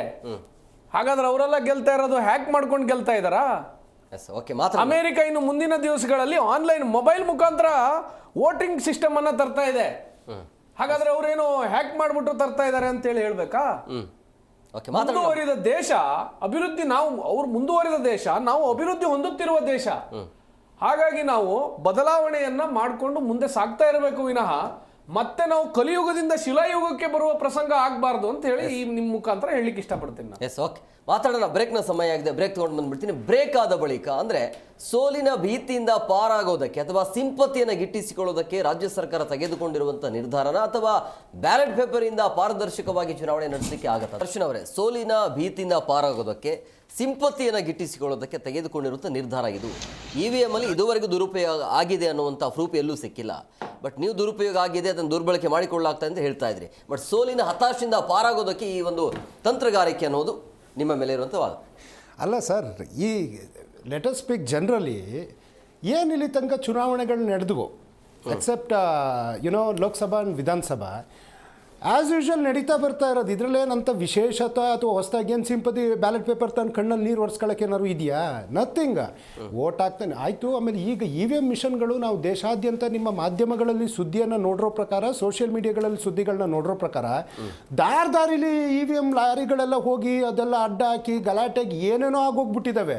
ಆಮೇಲೆ ಆ ಸ್ಟ್ರಾಂಗ್ ರೂಮಿನ CCTV ಮತ್ತು ಇನ್ನೊಂದು ಭಾಳಷ್ಟು ಅನುಮಾನಗಳು ಇರ್ತಕ್ಕಂಥದ್ದು ಸತ್ಯ ಸರ್. ಆಮೇಲೆ ಆ ಮಿಷನ್ದು ಒಂದು ಉದಾಹರಣೆ ಸರ್, ನಾನು ಹೆಸರು ಉಲ್ಲೇಖ ಮಾಡೋದಕ್ಕೆ ಹೋಗಲ್ಲ. ಒಂದು ಪ್ರತಿಷ್ಠಿತ ಕಾಲೇಜಲ್ಲಿ ಸರ್ ಒಂದು ಕಡೆ ಪೋಸ್ಟರ್ ಹಾಕ್ತಾರೆ, ಇಲ್ಲಿ ಮಾಲ್ ಪ್ರಾಕ್ಟೀಸ್ ಆಗ್ತಾ ಇದೆ ಅಂತ. ಮಾಲ್ ಪ್ರಾಕ್ಟೀಸ್ ಎಲ್ಲ ಕಡೆ ಹುಡ್ಕೊಂಡು ಹೋಗ್ತಾರೆ. ಇವ್ರು ಕೊಟ್ಟಿದ್ದು ಉದಾಹರಣೆಗೂ ಮತ್ತೆ ಬರ್ತೀನಿ ಸರ್. ಹುಡ್ಕೊಂಡೋದ್ರೆ ಎಲ್ಲಿ ಯಾರು ಏನೂ ಗೊತ್ತಾಗಲ್ಲ. ಕೊನೆಗೆ ಬ್ಲೂಟೂತ್ ಆನ್ ಮಾಡ್ಕೊಂಡು ಹೋದಾಗ ಒಬ್ಬ ವಿದ್ಯಾರ್ಥಿ ಎಕ್ಸ್ ಅನ್ನೋ ವಿದ್ಯಾರ್ಥಿ ಜೊತೆ ಅದು ಡಿಟೆಕ್ಟ್ ಆಗುತ್ತೆ. ಹುಡುಕ್ತಾರೆ ಎಲ್ಲಿದೆ ಅಂತಂದರೆ ಯಾವ ಜಾಗದಲ್ಲೋ ಒಂದು ಮೊಬೈಲ್ ಸಿಗ್ತಾ ಇಲ್ಲ, ಏನೂ ಇಲ್ಲ. ಇಲ್ಲೊಂದು ತಾಯ್ತ ಕಟ್ಕೊಂಡಿದ್ದಾನೆ, ಇಲ್ಲಿ ಕಿವಿ ಒಳಗಡೆ ಒಂದು ಮೈಕ್ರೋಫೋನ್ ಹಾಕೊಂಡಿದ್ದಾನೆ. ಅಲ್ಲಿಂದ ಒಂದು 200 ಮೀಟರ್ ದೂರದಲ್ಲಿ ಬ್ಲೂಟೂತ್ ಆಪರೇಟ್ ಮಾಡ್ಕೊಂಡು ಇನ್ನೊಬ್ಬ ಯಾರೋ ಅವನಿಗೆ ಪ್ರಶ್ನೆಗೆ ಉತ್ತರ ಕೊಡ್ತಾ ಇದ್ದಾನೆ. ಕೊನೆಗೆ ಲೆಕ್ಚರೆಲ್ಲ ಹಿಡಿದಾಕ್ತಾರೆ. ಇದು ವಾಸ್ತವಾಂಶ, ಮ್ಯಾನ್ ಮೇಡು. 2004 ಸರ್ ಟೆಕ್ನಾಲಜಿ. ಉದಾಹರಣೆ ನಾನು ಬ್ಲೂಟೂತ್ ಯಾಕೆ ಕೊಟ್ಟೆ ಅಂದರೆ, 2004ರಲ್ಲಿ ಆಗಿನ ಮೊಬೈಲ್ಗಳು ಬ್ಲೂಟೂತ್ ಅನ್ನೋ ಕಾನ್ಸೆಪ್ಟು ಭಾರತಕ್ಕೆ ಏನೂ ಗೊತ್ತಿಲ್ಲ. ಇವತ್ತು ವೈಫೈ ಆಗಿರ್ಬೋದು, ಬ್ಲೂಟೂತ್ ಆಗಿರ್ಬೋದು, ಎಲ್ಲಿಂದ ಎಲ್ಲಿಗೆ ವಿತೌಟ್ ಕನೆಕ್ಷನ್ನು ಯಾರು ಎಲ್ಲಿಗೆ ಬೇಕಿದ್ರೆ ರೀಚ್ ಆಗ್ಬೋದು. Practically I am speaking sir. ಇಷ್ಟೆಲ್ಲ ತಂತ್ರಜ್ಞಾನಗಳು ಇರೋ ಕಾರಣದಿಂದಾಗಿ ಮತ್ತೆ ಚುನಾವಣಾ ಆಯೋಗ, ಭಾರತದ ಚುನಾವಣಾ ಆಯೋಗ ನಮಗೆ ಕೊಡಬೇಕಾದಂಥ ದಾಖಲೆಗಳನ್ನು ಕೊಡದ ಕಾರಣ ಅದು ಅವ್ರು ನಮ್ಮದು ಏನೋ ವಿ ವಿ ಪ್ಯಾಡ್ ವಿಚಾರದಲ್ಲಾಗಿರ್ಬೋದು, ಅಥವಾ ಒಂದು ನಾವು EVM ಅಲ್ಲಿ ಏನು ಮತ ಹಾಕಿರ್ತೀವಿ ಅಲ್ಲೊಂದು ವಿ ವಿ ಪ್ಯಾಡ್ ಅದೊಂದು ಸ್ಲಿಪ್ ಅಂತೂ ಇರುತ್ತಲ್ವ, ಅದು ಟ್ಯಾಲಿ ಆಗಬೇಕು. ಈಗ ನಾನು 2018ರಲ್ಲಿ ಕೊರಟಗೆರೆ ಚುನಾವಣೆದು ರಿಸಲ್ಟ್ ಕೊನೆ ಘಟ್ಟದ ತನಕ ಇದ್ದವನು ಪರಮೇಶ್ವರ್ ಸಾಹೇಬ್ರದ್ದು. ಆವಾಗ ವಿ ವಿ ಪ್ಯಾಡು ಮತ್ತು EVM ಮಿಷನ್ ಓಪನ್ ಮಾಡಿದ್ರು, ಒಂದನ್ನು ಕೌಂಟ್ ಮಾಡಿದ್ರು, 736 ಇತ್ತು. ಉಳಿದಿದ್ದು ನಮಗೆ ಗೊತ್ತಾಗಲ್ಲಲ್ವ ಸರ್, ಅವ್ರು ಇಷ್ಟ ಬಂದಿದ್ದೊಂದು ತೆಗಿತಾರೆ ಪ್ರಾಕ್ಟಿಕಲಿ. ಮತ್ತು ಇನ್ನೊಂದು ಸರ್, ಈ ಒಂದು ತಂತ್ರಜ್ಞಾನ ಮುಂದುವರೆದಿದೆ, ನಮಗಲ್ಲಿ ವಿಡಿಯೋಗ್ರಫಿ ಅಥವಾ ಡೇಟಾಗಳು ನಮಗೆ ಸಿಗ್ತಾ ಇಲ್ಲ. ಮತ್ತು ಅವ್ರು ಹೇಳಿದರು ನೀವು ಕೋರ್ಟಿಗೆ ಹೋಗ್ಬೇಕಲ್ಲ. ಖಂಡಿತವಾಗ್ಲೂ ನಾವು ಚುನಾವಣಾ ಆಯೋಗಕ್ಕೂ ಕಂಪ್ಲೇಂಟ್ ಕೊಟ್ವಿ. ಶಿವಾಜಿನಗರದಲ್ಲಿ ಸುಮಾರು 10,000 ಮತಗಳ್ಳತನ ಆಗಿದೆ ಅಂತೇಳಿ ಅದನ್ನ ಪರಿಶೀಲನೆ ಮಾಡಿ ಅದೇ ಚುನಾವಣಾ ಆಯೋಗ ಒಬ್ಬ IASನ ಬಂಧಿಸುವಂಥ ಕೆಲಸ ಮಾಡಿದ್ದು ಸತ್ಯ ಸರ್. ಹಾಗೆಯೇ ಸುಪ್ರೀಂ ಕೋರ್ಟಲ್ಲೂ ನಮ್ಮ ಹೋರಾಟ ನಡೀತಾ ಇದೆ. ನಿನ್ನೆ ಅಷ್ಟೇ ಪಶ್ಚಿಮ ಬಂಗಾಳದ ಮುಖ್ಯಮಂತ್ರಿಗಳಾದ ಮಮತಾ ಬ್ಯಾನರ್ಜಿಯವರು ಏನಿವರು SIR ತಾವು ಬಂದು ಡಿಲೀಷನ್ ಮಾಡ್ತಾ ಹೋಗ್ತಾ ಇದಾರಲ್ಲ, ತಾವೇ ಖುದ್ದು ಇಡೀ ದೇಶದ ಇತಿಹಾಸದಲ್ಲಿ ಒಬ್ಬರು ಮುಖ್ಯಮಂತ್ರಿಗಳು ತನ್ನ ಪ್ರಜೆಗಳ ಮತದಾನದ ಹಕ್ಕಿಗೋಸ್ಕರ ಏನು ಸುಪ್ರೀಂ ಕೋರ್ಟ್ನ ಕಟಕಟೆಯಲ್ಲಿ ನಿಂತು ತಮ್ಮ ವಾದವನ್ನು ನ್ಯಾಯಾಧೀಶರ ಮುಂದೆ ಮಂಡಿಸಿ ನ್ಯಾಯಾಲಯದಿಂದ ನಮಗೆ ಜಯದ ನಿರೀಕ್ಷೆ ಇದೆ. ಇದು ಒಂದು ಸರ್. ಮತ್ತು ಇನ್ನೊಂದು, ಚುನಾವಣೆಗಳು ಆಗ್ದೇನೆ ಸರ್, ಉದಾಹರಣೆ ಇವಾಗ ನಮ್ಮ ಜಿಲ್ಲಾ ಪಂಚಾಯತ್ ಚುನಾವಣೆಗಳು 2021ರಿಂದ ಆಗಿಲ್ಲ ಸರ್, ಪೆಂಡಿಂಗ್ ಇದೆ. ಹಾಗೆಯೇ ತಾಲೂಕ್ ಪಂಚಾಯತ್ ಚುನಾವಣೆಗಳು 2021ರಿಂದ ಆಗಿಲ್ಲ, ಅದು ಪೆಂಡಿಂಗ್ ಇದೆ. ಗ್ರಾಮ ಪಂಚಾಯತಿ ಚುನಾವಣೆ 2025ಕ್ಕೆ ಮುಗಿದು ಮತ್ತಿನ್ನು ಅದು ಸಹ ಪೆಂಡಿಂಗ್ ಇರ್ತಕ್ಕಂಥದ್ದು. ಆಮೇಲೆ ಕೆಲವು ಸಿಟಿ ಮುನ್ಸಿಪಲ್ ಕಾರ್ಪೊರೇಷನ್ನು ಕೆಲವೊಂದು 1 ವರ್ಷ 2 ವರ್ಷ ಆಗಿ ನಿಂತಿದ್ದಾವೆ, ಮತ್ತು 26ಕ್ಕೆ ಮಾಡಲೇಬೇಕಾಗಿತ್ತು. ಮತ್ತು ಟೌನ್ ಮುನ್ಸಿಪಲ್ ಕೌನ್ಸಿಲ್ ಆಗಿರ್ಬೋದು ಅಥವಾ ಇನ್ನು ಬೇರೆ ಯಾವ್ದಾದ್ರು ಸ್ಥಳೀಯ ಸಂಸ್ಥೆ ಚುನಾವಣೆಗಳ ಚುನಾವಣೆ ನಡೀಲೇಬೇಕು. ಯಾಕೆ ಅರ್ಜೆನ್ಸಿಯಾಗಿ ಚುನಾವಣೆ ನಡೀಲೇಬೇಕು ಅಂತಂದರೆ, ಯಾಕೆಂದರೆ ಅವಕಾಶ ಇತ್ತು ಸರ್. ನೀವೇನು ಮಾಡಿದ್ರಿ ಅನ್ನೋಕ್ಕಿಂತ ವಿ ಆರ್ ಡೂಯಿಂಗ್ ನಾವು ಮಾಡೇ ಮಾಡ್ತೀವಿ. ಅದು GB ಆಗಿರ್ಬೋದು, ಜಿಲ್ಲಾ ಪಂಚಾಯತಿ, ತಾಲೂಕ್ ಪಂಚಾಯತಿ, ಗ್ರಾಮ ಪಂಚಾಯತಿ ಆಗಿರ್ಬೋದು. ಅವಕಾಶ ಯಡಿಯೂರಪ್ಪನವ್ರಿಗೂ ಇತ್ತು, ಬೊಮ್ಮಾಯಿಯವ್ರಿಗೂ ಇತ್ತು. ಆಮೇಲೆ ಈಗ ನಾವಂತೂ ಬಂದಿದ್ದೀವಿ, ನಾವು ಆಲ್ರೆಡಿ ನಮ್ಮ ಅಪ್ಲಿಕೇಶನ್ನು ಕರೆದಿದ್ದೀವಿ ಸರ್. ಬಹಳ ಮುಖ್ಯವಾಗಿ ಯಾಕೆ ನಡೆಸಬೇಕು ಚುನಾವಣೆ ಅಂತಂದರೆ, 15ನೇ ಹಣಕಾಸಿನ ಆಯೋಗದ ಪ್ರಕಾರ ಸ್ಥಳೀಯ ಸಂಸ್ಥೆಗಳಿಗೆ ಕೊಡಲ್ಪಡುವಂಥ 18,948 ಕೋಟಿ ಈ ಚುನಾವಣೆಗಳ ಆಗದೆ ಪಂಚಾಯಿತಿಗೆ ಸುಮಾರು 6,409 ಕೋಟಿ, ಉಳಿದ ಸ್ಥಳೀಯ ಸಂಸ್ಥೆಗಳಿಗೆ 12,539 ಕೋಟಿ ಹಣ ಬಂದಿಲ್ಲ. ನಮ್ಮ ಪಂಚಾಯಿತಿಗಳ ಒಂದು ಕೇಂದ್ರದಿಂದ ಕೊಡಲೇಬೇಕಾದಂಥ ಹಣ ತಲುಪದೇ ಇಲ್ಲದಾಗ ಗ್ರಾಮಗಳು ಉದ್ಧಾರ ಆಗೋದು ಕಷ್ಟ ಆಗ್ತದೆ. ಮತ್ತು ಪ್ರತಿನಿಧಿಗಳ ಅವಶ್ಯಕತೆ ಇದೆ. ಅಧಿಕಾರಿಗಳೇ ಇಡೀ ಒಂದು ಎಲ್ಲ ನೋಡ್ಕೊಳ್ತೀವಿ ಅಂತಂದರೆ ನಾವು ನೋಡ್ತಾ ಇದ್ದೀವಿ ಅನೇಕ ಸವಾಲುಗಳು ಬರ್ತಾ ಇದೆ. ಉದಾಹರಣೆ ಈಗ ಮೊದಲು BBMP ಇತ್ತು, ಈಗ GBA ಆಗಿದೆ. ಯಾವುದು ರಸ್ತೆ ಗುಂಡಿ ಅನ್ನುವಂಥದ್ದು ಅಥವಾ ತ್ಯಾಜ್ಯ ವಿಚಾರ ಆಗಿರ್ಬೋದು ಅಥವಾ ಚರಂಡಿ ವಿಚಾರ ಆಗಿರ್ಬೋದು, ಇದೆಲ್ಲ ಜನರಲ್ಲಿ ಇರ್ತಕ್ಕಂಥ ಸಮಸ್ಯೆಗಳು. ಈಗ ಒಬ್ಬ ಜನಪ್ರತಿನಿಧಿ ಇದ್ದಾಗ ಅವನು irrespective of any party, you take BJP JDS or Congress, ಅವನು ತನ್ನ ಜನರಿಗೆ ಏನು ಮಾಡಬೇಕು ಸರ್ಕಾರದ ಒಬ್ಬ ಕೊಂಡಿಯಾಗಿ ಅವನು ಕೆಲಸ ಮಾಡ್ತಾನೆ. ಅವನಿಗೊಂದು ಜವಾಬ್ದಾರಿ ಇರ್ತದೆ. ಸೊ ಒಬ್ಬ ಪ್ರತಿನಿಧಿ ಬೇಕು.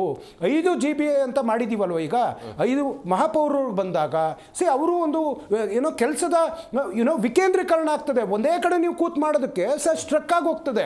ಹಾಗೆ ZP TPಗಳಾದಾಗ ಅವರವರ ಅನುದಾನ ಅವರವರ ಕ್ಷೇತ್ರಗಳನ್ನ ಒಬ್ಬ ಶಾಸಕ ಹೇಗೆ ಮಾಡ್ತಾನೆ, ಹಾಗೆಯೇ ಒಂದು ತಾಲೂಕ್ ಪಂಚಾಯತಿ ಆಗಿರ್ಬೋದು, ಒಂದು ಜಿಲ್ಲಾ ಪಂಚಾಯತಿ ಆಗಿರ್ಬೋದು, ಸುಮಾರು 5,900 ನಮ್ಮ ಗ್ರಾಮ ಪಂಚಾಯತಿಗಳಿದ್ದಾವೆ.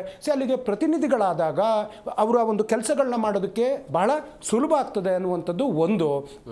ಜೊತೆಗೆ ಇವಾಗ ಅವರೇನೋ ನೀವು ಅಂದ್ರಿ ನೀವು ಸೋಲಭಯನಂತ ಒಂದೇ ಒಂದು ಸರ್, ಇವತ್ತೇನೋ ಮಹಾತ್ಮ ಗಾಂಧೀಜಿಯವರು ಅವನು ಮಂಗಪ್ಪ ಐಡಿಯಾ ಕೊಟ್ಟಿದ್ದಾನೋ ಗೊತ್ತಿಲ್ಲ, ಎಲ್ಲ ಪೇಪರ್ಗಳಲ್ಲಿ ಗಾಂಧೀಜಿ ವಿಶ್ವಕ್ಕೆ ಶಾಂತಿ ಬಯಸ್ತವರ ಕೈಯಲ್ಲಿ ಕೋಲನ್ನು ಕೊಟ್ಟು ಹಿಂಸಾತ್ಮಕ ರೂಪ ಗೋಡ್ಸೆಯ ಒಂದು ಸಂತತಿಯ ತಮ್ಮ ಪ್ರತಿರೂಪ ಅನ್ನೋದನ್ನ ತೋರಿಸೋದಕ್ಕೆ ಹೋಗಿದ್ದಾರೆ. ನಾವು ಪ್ರತಿ ತಾಲೂಕುಗಳಲ್ಲಿ ಅಸೆಂಬ್ಲಿಗಳಲ್ಲಿ ಯಾರು ಆ ಪತ್ರಿಕೆ ಅಡ್ವರ್ಟೈಸ್ಮೆಂಟ್ ಕೊಟ್ಟಿದ್ದಾರೆ BJPಯವರು, ಅವ್ರ ಮೇಲೆ ಕೇಸನ್ನು ದಾಖಲಿಸೋರಿದ್ದೀವಿ, ಖಂಡಿತವಾಗ್ಲೂ ಅದಕ್ಕೆ ಪಾಠ ಕಲಿಸೋರಿದ್ದೀವಿ. ಯಾಕೆ ಮಹಾತ್ಮ ಗಾಂಧಿಯವರ ಹೆಸರನ್ನ ತಗೊಂಡೆ ಅಂದರೆ ಸರ್, ಮನರೇಗಾ ಉದ್ಯೋಗ ಖಾತ್ರಿ ಯೋಜನೆಯಿಂದ ನಮ್ಮ ರಾಜ್ಯಕ್ಕೆ ಆಗ್ತಾ ಇರ್ತಕ್ಕಂಥ ಅನ್ಯಾಯ, ಗ್ರಾಮ ಸಭೆಗಳಿಗೆ ಗ್ರಾಮ ಪಂಚಾಯಿತಿಯ ಸದಸ್ಯರುಗಳಿಗೆ ಆಗ್ತಾ ಇರ್ತಕ್ಕಂಥ ಅನ್ಯಾಯ, ಆ ಪಂಚಾಯಿತಿ ವ್ಯಾಪ್ತಿಯಲ್ಲಿ ಬರುವಂಥ ಜನಗಳಿಗೆ BJP ಮಾಡಲು ಹೊರಟಿರ್ತಕ್ಕಂಥ ಅನ್ಯಾಯವನ್ನು ಪಂಚಾಯಿತಿ ಮಟ್ಟಕ್ಕೂ ತಲುಪಿಸ್ತೀವಿ ಸರ್. GB 5-5 ಗೆಲ್ತೀವಿ ಸರ್. 5,900 ಗ್ರಾಮ ಪಂಚಾಯತಿಲಿ ಏನಿಲ್ಲ 4,500 ಪಂಚಾಯತಿನ ಗೆಲ್ತೀವಿ ಸರ್. ಎಲ್ಲ ಕಡೆ ZP ಅಧ್ಯಕ್ಷ ಸ್ಥಾನವನ್ನ TP ಅಧ್ಯಕ್ಷ ಸ್ಥಾನವನ್ನ 100ಕ್ಕೆ 100 ಕಾಂಗ್ರೆಸ್ ಪಕ್ಷ ಆಡಳಿತದ ಚುಕ್ಕಾಣಿಯನ್ನ ಹಿಡಿತದೆ. ಇವ್ರು ಯಾವುದೇ ನೆರೇಷನ್ ಸೆಟ್ ಮಾಡ್ಬೋದು. ಆಯ್ತು ಸರ್, ಈಗ ಭ್ರಷ್ಟಾಚಾರ ಅಂದ್ರಲ್ವಾ ಸರ್, ಇದನ್ನ ಇವ್ರು ಹೇಳೋದಲ್ಲ, ಇದೇನೋ ಇವತ್ತು ಸೆಷನ್ ಹೇಳ್ತಾ ಇದ್ದಾರೆ. ಮಾನ್ಯ ಶ್ರೀ ನರೇಂದ್ರ ಮೋದಿ ಅವರು ಬೇರೆ ಚುನಾವಣಾ ಪ್ರಚಾರದಲ್ಲಿ ಹೋದಾಗ ಅಲ್ಲಿ ನಿಂತು ಹೇಳಿದ್ರು ಕರ್ನಾಟಕದಲ್ಲಿ 700 ಕೋಟಿ ಭ್ರಷ್ಟಾಚಾರ ಆಗಿದೆ ಅಬಕಾರಿಲಿ ಅಂತ. ಅವಾಗ ಸಿದ್ದರಾಮಯ್ಯ ಹೇಳಿದ್ರು ನೀವು ಅದನ್ನ ಪ್ರೂವ್ ಮಾಡಿ, ನೀವು ಆರೋಪ ಮಾಡೋದು ಮುಖ್ಯ ಅಲ್ಲ, you have to prove it. ಆವಾಗ ಅದಾದ್ಮೇಲೆ ಇಲ್ಲಿ ತನಕ ಈಗ ಮೇ ಬಿ GBA ಚುನಾವಣೆಗೆ ನರೇಂದ್ರ ಮೋದಿ ಅವರು, ಅವ್ರಿಗೆ ಯಾಕೆಂದ್ರೆ ಗೊತ್ತಿರೋದೇ ಚುನಾವಣಾ ಪ್ರಚಾರ. ಈ ದೇಶದಲ್ಲಿ ಒಟ್ಟು 1,228 ಚುನಾವಣಾ ಪ್ರಚಾರಕ್ಕೆ 1 ಲಕ್ಷ ಕೋಟಿ ತೆರಿಗೆ ಹಣವನ್ನ ಶ್ರೀ ನರೇಂದ್ರ ಮೋದಿ ಅವರು ಖರ್ಚು ಮಾಡಿದಾರಲ್ಲ. ಬನ್ನಿ ಸ್ವಾಮಿ, GBA ಚುನಾವಣೆಗೆ ಬನ್ನಿ, ಮಹಾತ್ಮ ಗಾಂಧಿ ಹೆಸರಲ್ಲಿ ನಾವು ಹೋಗ್ತೀವಿ ಗ್ರಾಮ ಪಂಚಾಯತಿ ಸ್ಥಳೀಯ ಸಂಸ್ಥೆ ಚುನಾವಣೆಗಳಿಗೆ. ನೀವು ಬಂದು ಅದನ್ನ ಏನು ಜನಗಳಿಗೆ, ಯಾಕೆಂದ್ರೆ ಕೊನೆಗೊಳ್ದಿರೋ GBA ಪಂಚಾಯತಿ, ಗ್ರಾಮ ಪಂಚಾಯತಿ, ತಾಲೂಕ್ ಪಂಚಾಯತ್, ಜಿಲ್ಲಾ ಪಂಚಾಯತಿ ಅಲ್ವಾ. ನಾವು ನಮ್ಮ ಸಾಧನೆಯ ಸಾಕ್ಷಿ ಗುಡ್ಡೆಯೊಂದಿಗೆ ಕೇಂದ್ರ ನಮಗೆ ನಮ್ಮ ನಾಡಿಗೆ ಮಾಡಿರ್ತಕ್ಕಂಥ ವಂಚನೆ, ತೆರಿಗೆ ವಂಚನೆ ಆಗಿರ್ಬೋದು, ಹಣಕಾಸು ಆಯೋಗದ ವಂಚನೆ ಆಗಿರ್ಬೋದು, ಕಳೆದ 23ರ ಬಜೆಟ್ನಲ್ಲಿ ನಮಗೆ ಮಾಡಿರುವಂಥ ವಂಚನೆಗಳಾಗಿರ್ಬೋದು, ನಮ್ಮ ಹಲವು ಯೋಜನೆಗಳಿಗೆ, ನೀರಾವರಿ ಯೋಜನೆಗಳಿಗೆ, ರೈಲ್ವೆ ಯೋಜನೆಗಳಿಗೆ, ರಾಷ್ಟ್ರೀಯ ರಸ್ತೆ ಯೋಜನೆಗಳಿಗೆ ಹಣವನ್ನು ಕೊಡದೇನೆ, ನಮಗೆ ಏಮ್ಸ್ ಕೊಡದೇನೆ, IIT ಕೊಡದೇನೆ, ಇನ್ನೂ ಅನೇಕ ವಿಚಾರಗಳಲ್ಲಿ ಮೆಟ್ರೋ ಹಣನೂ ಕೊಡದೇನೆ ಮೋಸ ಮಾಡಿದಾರಲ್ಲ.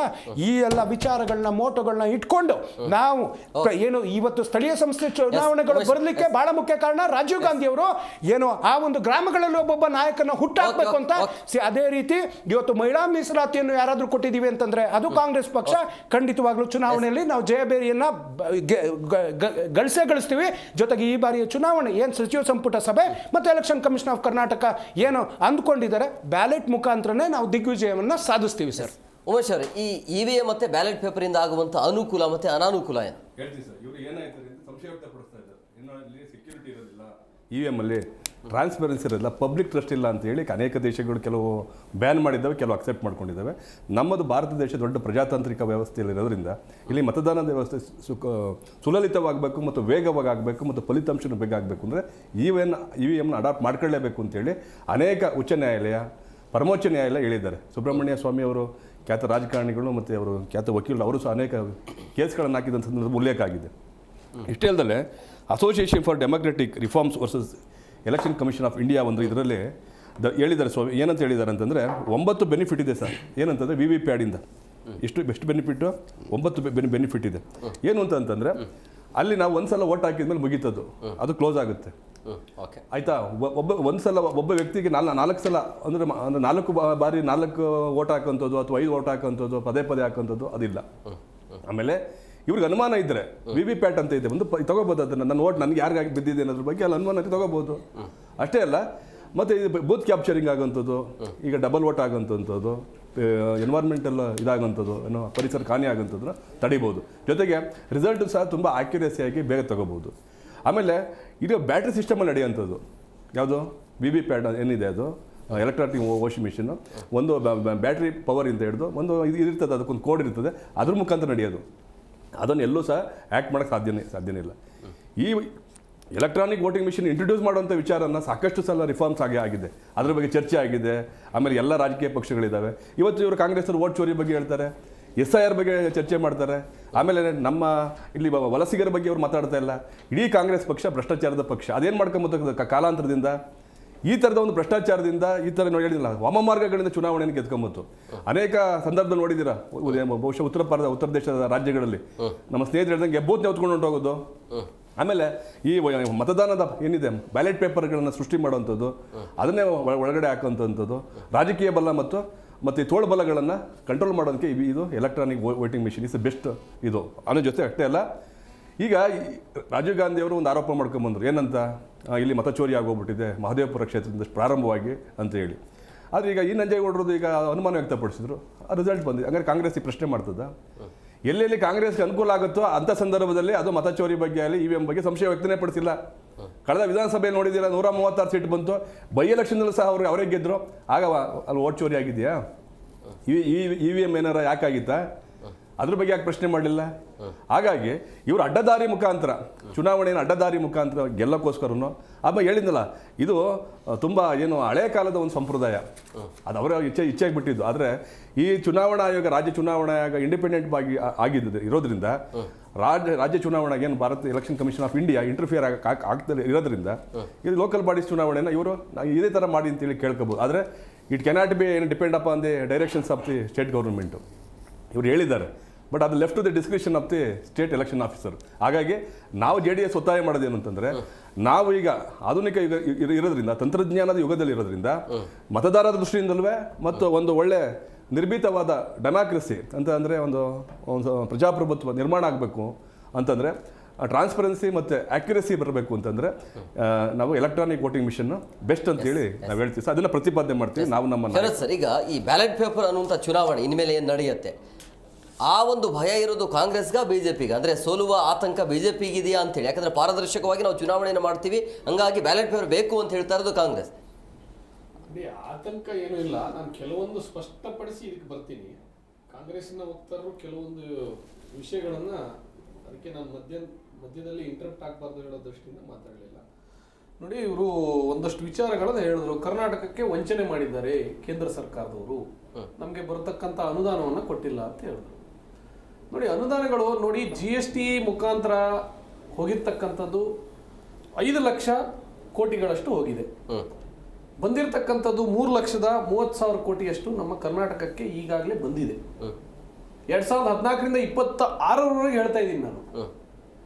2004ರಿಂದ 14ರವರೆಗೆ 1,70,000 ಕೋಟಿಯಲ್ಲಿ ಬಂದಿರತಕ್ಕಂಥದ್ದು ಕೇವಲ 65,000 ಕೋಟಿ ಅಷ್ಟೇ ಬಂದಿತ್ತು. ಹಾಗಾದ್ರೆ ಅನುದಾನದ ತಾರತಮ್ಯ ಯಾರು ಮಾಡಿದ್ದಾರೆ ಅಂತೇಳಿ ನೀವೇ ತುಲನೆ ಮಾಡ್ಕೊಳ್ಳಿ. ಯಾರು ಮಾಡಿದ್ದಾರೆ? ಅನುದಾನದ ಕೊರತೆಯನ್ನ ಮಾಡತಕ್ಕಂಥದ್ದು ಪಕ್ಷ ಯಾವುದು ಹಿಂದೆ? 2004ರಿಂದ 14ರವರೆಗೆ ಕೊಟ್ಟಿರ್ತಕ್ಕಂಥದ್ದು ಬರೀ 77,000 ಕೋಟಿ, 77,000 ಕೋಟಿಯನ್ನು ಕೊಟ್ಟಿದೆ. 2014ರಿಂದ 25ರವರೆಗೆ 3,36,000 ಕೋಟಿ ಕೊಟ್ಟಿದೆ. ಹಾಗಾದರೆ ಯಾರು ಜಾಸ್ತಿ ಕೊಟ್ಟಿದ್ದಾರೆ? ಕರ್ನಾಟಕದ ಒಂದು ಅಭಿವೃದ್ಧಿಗೋಸ್ಕರ ಯಾರಿಗೆ ಹೆಚ್ಚಿನ ಕಾಳಜಿ ಇದೆ? ಹಾಗಾದರೆ BJPಗೋ ಕಾಂಗ್ರೆಸ್ಸಿಗೋ ಅಂತ ನೀವು ಇದು ಮಾಡಿ ನಿಮ್ಮ ಮಾಧ್ಯಮ ಮುಖಾಂತರ ನಿಮ್ಮ ವೀಕ್ಷಕರು ನಿರ್ಧಾರ ಮಾಡ್ತಾರೆ. ಒಂದು. ಆಮೇಲೆ ಇನ್ನೊಂದು, ಈ VB ರಾಮ್ಜಿ ಬಗ್ಗೆ ಬಹಳಷ್ಟು ವಿರೋಧಗಳನ್ನು ಮಾಡಿದ್ರು. ಅದಕ್ಕೋಸ್ಕರ ಒಂದು ಸೆಷನ್ನೇ ಇವರು ಕರೆಯಲ್ಪಟ್ಟರು. VB ರಾಮ್ಜಿಯಲ್ಲಿ ಏನು ಬದಲಾವಣೆ ತಂದಿದೆ ಅಂತಂದರೆ, ಇವರು 100 ದಿನ ಮಾಡಿರ್ತಕ್ಕಂಥದ್ದು ನಾವು 125 ದಿನ ಮಾಡಿದ್ದೀವಿ. ರೈತರ ಬೆಳೆ ಬೆಳೆಯುವ ಕಾಲದಲ್ಲಿ ಅಲ್ಲಿ ವಿಶ್ರಾಂತಿಯನ್ನು ಕೊಟ್ಟು, ಪೇಡ್ ಅಂದರೆ ಇದು ವಿಶ್ರಾಂತಿಯನ್ನು ಕೊಟ್ಟು ಆ ಒಂದು ರೈತರಿಗೆ ಅನುಕೂಲ ಆಗೋ ದೃಷ್ಟಿಯಿಂದ ಮಾಡಿದ್ದೀವಿ. ನಂತರ ಸಾಕಷ್ಟು DBT ಮುಖಾಂತರ ಹಣ ಹೋಗುತ್ತೆ, ಅಲ್ಲಿ ಆಧಾರ್ ಲಿಂಕ್ ಆಗುತ್ತೆ, ವೋಟರ್ ID ಲಿಂಕ್ ಆಗುತ್ತೆ. ಹಿಂದೆ ಇವರು ಮನ್ರೇಗಾ ಸಮಯದಲ್ಲಿ ವೋಟರ್ ಐಡಿನೂ ಇಲ್ಲ, ಆಧಾರ್ ಕಾರ್ಡು ಲಿಂಕ್ ಆಗಿರಲಿಲ್ಲ, ಯಾವುದೇ ರೀತಿ. ಇಲ್ಲಿ ಮನ್ರೇಗಾ ಅಂತಂದ್ರೆ ಓನ್ಲಿ ಭ್ರಷ್ಟಾಚಾರಕ್ಕೋಸ್ಕರ ಇದು ಮನ್ರೇಗಾ ತಂದಂಗಿತ್ತು. ತುಂಬ ಜನರಿಗೆ ಮನ್ರೇಗಾ ಅಂತಂದ್ರೆ ಏನು ಅಂತ ಗೊತ್ತಿರಲಿಲ್ಲ. ಸಾಕಷ್ಟು ನೀವು ಹಿಂದೆ ಕಾಂಗ್ರೆಸ್ ಇದ್ದಂಥ ಸಂದರ್ಭದಲ್ಲಿ ಸೆಂಟ್ರಲಲ್ಲಿ ನೀವು ಸಾಕಷ್ಟು ಒಂದೇ ವ್ಯಕ್ತಿಯ ಫೋಟೋ ಸಾಕಷ್ಟು ಇದರಲ್ಲಿ ತೆಗೆದುಕೊಂಡು ಹೇಳ್ತಾ ಇರೋದು ಹೆಸರನ್ನ ಯಾಕೆ ಬದಲಾವಣೆ ಮಾಡಿದ್ರಿ ಅಂತ. ಗಾಂಧಿ ಹೆಸರು ಏನಾಗತ್ತೆ? ಗಾಂಧಿ ಯಾರನ್ನ ರಾಮರಾಜ್ಯವನ್ನ ಇಷ್ಟಪಟ್ಟವರು ಗಾಂಧಿ. ಅದನ್ನ VB ವಿಕಸಿತ ಭಾರತ ರಾಮ್ಜಿ ಅಂತ ಇಟ್ಟಿದೀವಿ. ಗಾಂಧಿಗೆ ಶ್ರೀರಾಮನೇ ಶ್ರೇಷ್ಠ ರಾಮರಾಜ್ಯ ಆಗ್ಬೇಕು ಅಂತ ಕನಸು ಪಟ್ಟಂತ ಇವರು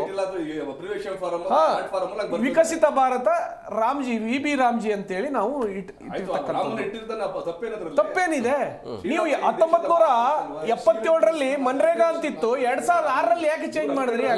ನೀವು ಬಂದಾಗ ಒಂದ್ ಹೆಸರು ಇಡೋದು, ಬಂದಾಗ ಮತ್ತೊಂದು ಹೆಸರು ಇಡೋದು, ಜನರಿಗೆ ಯಾಕೆ ಕನ್ಫ್ಯೂಷನ್ ಮಾಡ್ತಿದ್ರಿ ಅಂತ ನಾನು ಹೇಳ್ತಾ. ಜನರಿಗೆ ಏನು ಕನ್ಫ್ಯೂಷನ್ ಇಲ್ಲ. ಇವತ್ತಿನ ದಿವಸ ಕಾರ್ಮಿಕ ವರ್ಗದವರು ಇವತ್ತಿನ ದಿವಸ ಏನು VB ರಾಮ್ಜಿಯ ಬದಲಾವಣೆಗಳು ಏನು ತಂದಿದೀವಲ್ಲ ಅದಕ್ಕೆ ಅವರು ಸ್ವಾಗತ ಮಾಡಿದ್ದಾರೆ. ಈ ತರ ಮಾಡಬೇಕಿತ್ತು ಅಂತ ಹೇಳಿದ್ದಾರೆ. DBT ಮುಖಾಂತರ ಅವರಿಗೆ ಹಣ ಸಂದಾಯ ಆಗ್ತಾ ಇದೆ.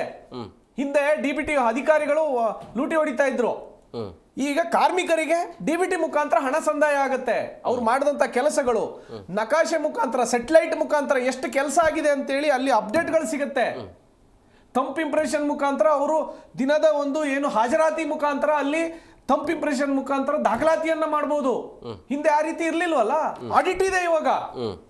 125 ದಿನಗಳ ಕಾಲ ನೀವು ಕೆಲಸ ಮಾಡಿರೋದು ಆಡಿಟ್ ಆಗಿರುತ್ತೆ. ಪ್ರತಿಯೊಬ್ಬರದ್ದು ಆಡಿಟ್ ಅನ್ನ ಸಲ್ಲಿಸಬೇಕು. ನಾನು ಒಂದು ಪಂಚಾಯತಿ ಇರೋ ಜವಾಬ್ದಾರಿಯಿಂದ ಇವ್ರಿಗೆ ಆ್ಯಡ್ ಮಾಡ್ತೀನಿ. ಏನು ಅಂತಂದ್ರೆ ಸರ್, ಅದರಲ್ಲಿ ಗ್ರಾಮ ಸಭೆಗಳನ್ನು ಇವ್ರಿಗೆ ಮಟ್ಟುಗೊಳಿಸ್ಕೊಂಡ್ಬಿಡ್ತಾರೆ. ಯಾವುದೇ ಯೋಜನೆಗಳನ್ನು ಗ್ರಾಮ ಸಭೆಯಲ್ಲಿ, ವಾರ್ಡ್ ಸಭೆಯಲ್ಲಿ ತೀರ್ಮಾನ ಮಾಡೋಕ್ಕೆ ಈ ಹೊಸ ಯೋಜನೆ ಇಲ್ಲ ಅಂತ ಹೇಳ್ತಾರೆ. ಸುಳ್ಳು ಅದು. ಅಲ್ಲೇ ತೀರ್ಮಾನ ಮಾಡ್ಬೋದು. 5ರಿಂದ 10 ಲಕ್ಷಕ್ಕೂ ಏನಿದೆ ನಾವೇ ತೀರ್ಮಾನ ಮಾಡಿ ಕಳಿಸ್ಕೊತೀವಿ. ಗ್ರಾಮ ಜಿಲ್ಲಾ ಪಂಚಾಯತ್ಗೆ ಹೋಗುತ್ತೆ, ತಾಲೂಕು ಪಂಚಾಯತ್ ಒಂದು. ಇನ್ನೊಂದೇನು ಅಂತಂದರೆ, ಸಮಯದಲ್ಲಿ ಉದ್ಯೋಗ ಸಿಗದಿದ್ದರೆ ಅವ್ರಿಗೆ ಉದ್ಯೋಗ ಭತ್ಯೆ ಕೊಡಬೇಕು ಅಂತ ಇದೆ. ಇವ್ರು ಹೇಳ್ತಾರಲ್ಲ 365 ದಿನ ಕೆಲಸಗಳಿಲ್ಲ ಅಂತೇಳಿ. ಹಾಗಾಗಿ ಇದೆಲ್ಲ ವಿಚಾರ ಟಿವಿಯಲ್ಲಿ ಚರ್ಚೆ ಆಗಬಾರ್ದು, ಮನೆ ಮನೆಗೆ ಹೋಗಿ ತಿಳಿಸಬೇಕು. ಅಲ್ಲಿರುವಂತ ಕಾರ್ಯಕರ್ತರು ಒಂದು ನಿಮಿಷ, ವಿ.ಬಿ. ರಾಮ್ಜಿ ಬಗ್ಗೆ ಈ ಕಾಯ್ದೆಯನ್ನು ಕಳೆದ 26ನೇ ತಾರೀಕು, ಜನವರಿ 26ನೇ ತಾರೀಕು ಸಂಘ ಸಂಸ್ಥೆಗಳ ಮುಖಾಂತರ ಇದನ್ನು ಅಪ್ರೂವಲ್ ಆಗಿದೆ. ವಿ.ಬಿ. ರಾಮ್ಜಿ ಇದೇನು ಇವಾಗೇನು ನಾವು ಅಭಿಯಾನಗಳು ಕೆಲವು ಬೂತ್ ಮಟ್ಟದಲ್ಲಾಗಿರ್ಬೋದು, ಜಿಲ್ಲಾ ಮಟ್ಟದಲ್ಲಾಗಿರ್ಬೋದು, ರಾಜ್ಯ ಮಟ್ಟದಲ್ಲಿ ಈಗಾಗಲೇ ಕಳೆದ 1 ತಿಂಗಳಿಂದ ಅಭಿಯಾನವನ್ನ ಸ್ಟಾರ್ಟ್ ಮಾಡಿದೀವಿ. ಸ್ಟಾರ್ಟ್ ಇದೆ ಈಗಾಗಲೇ. ಎಲ್ಲ ಜಿಲ್ಲೆಗಳಲ್ಲೂ ಒಂದು ಹಂತದ ಅಭಿಯಾನ ಮುಗಿದಿದೆ. ಆಲ್ಮೋಸ್ಟ್ ಇವಾಗ ಎಷ್ಟು 18,000 ಬೂತ್ಗಳಲ್ಲಿ ಇದರ ಬಗ್ಗೆ ಮಾಹಿತಿಯನ್ನ ಅವರಿಗೆ ತಿಳಿಸಲಾಗಿದೆ. ಅವರು ಅದರ ಪ್ರಶ್ನೆಗಳನ್ನು ಕೇಳಿದ್ದಾರೆ. ಅದಕ್ಕೆ ಸಂಬಂಧಪಟ್ಟ ಎಲ್ಲ ಉತ್ತರಗಳನ್ನು ಈಗಾಗಲೇ ಕೊಟ್ಟಿದೆ. ಈಗಾಗಲೇ ಸಭೆಗಳು ನಡೀತಾನೆ ಇದೆ. ಸಾಕಷ್ಟು ಬೂತ್ಗಳಲ್ಲಿ ಇವಾಗಲೇ ಲೈವ್ ಇವತ್ತು ಈಗ ನಾನು ಸ್ಟಿಲ್ ಹೇಳ್ತಾ ಇದ್ದೀನಿ, ಇವತ್ತೂ ಸಹಿತ 200 ಬೂತ್ಗಳಲ್ಲಿ ವಿ.ಬಿ. ರಾಮ್ಜಿಯ ಬಗ್ಗೆ ಅಭಿಯಾನಗಳು ಇವತ್ತು ನಡೆದಿದೆ. ದಿನಪೂರ್ತಿ ಬಿಜೆಪಿ ಏನು ಕಾರ್ಯಕರ್ತರಾಗಿರ್ಬೋದು, ಬೇರೆ ಒಂದು ಅಧಿಕಾರಿಗಳ ಮಟ್ಟದಲ್ಲಿರ್ಬೋದು, ಪ್ರತಿಯೊಂದು ಅವರ ಯಾವ ರೀತಿಯಾಗಿ ಅಲ್ಲಿ ಅಭಿಯಾನದ ಕೆಲವು ಏನೇನು ಸಾಂದರ್ಭಿಕವಾಗಿ ನೀವು ಕೆಲವೊಂದು ನಾನು ಹೇಳಬಲ್ಲೆ, ಕೆಲವೊಂದು ಇದನ್ನು ನಿಮ್ಮ ಮತ್ತೆ ವಿಡಿಯೋ ಸಹಿತ ಇದೆ.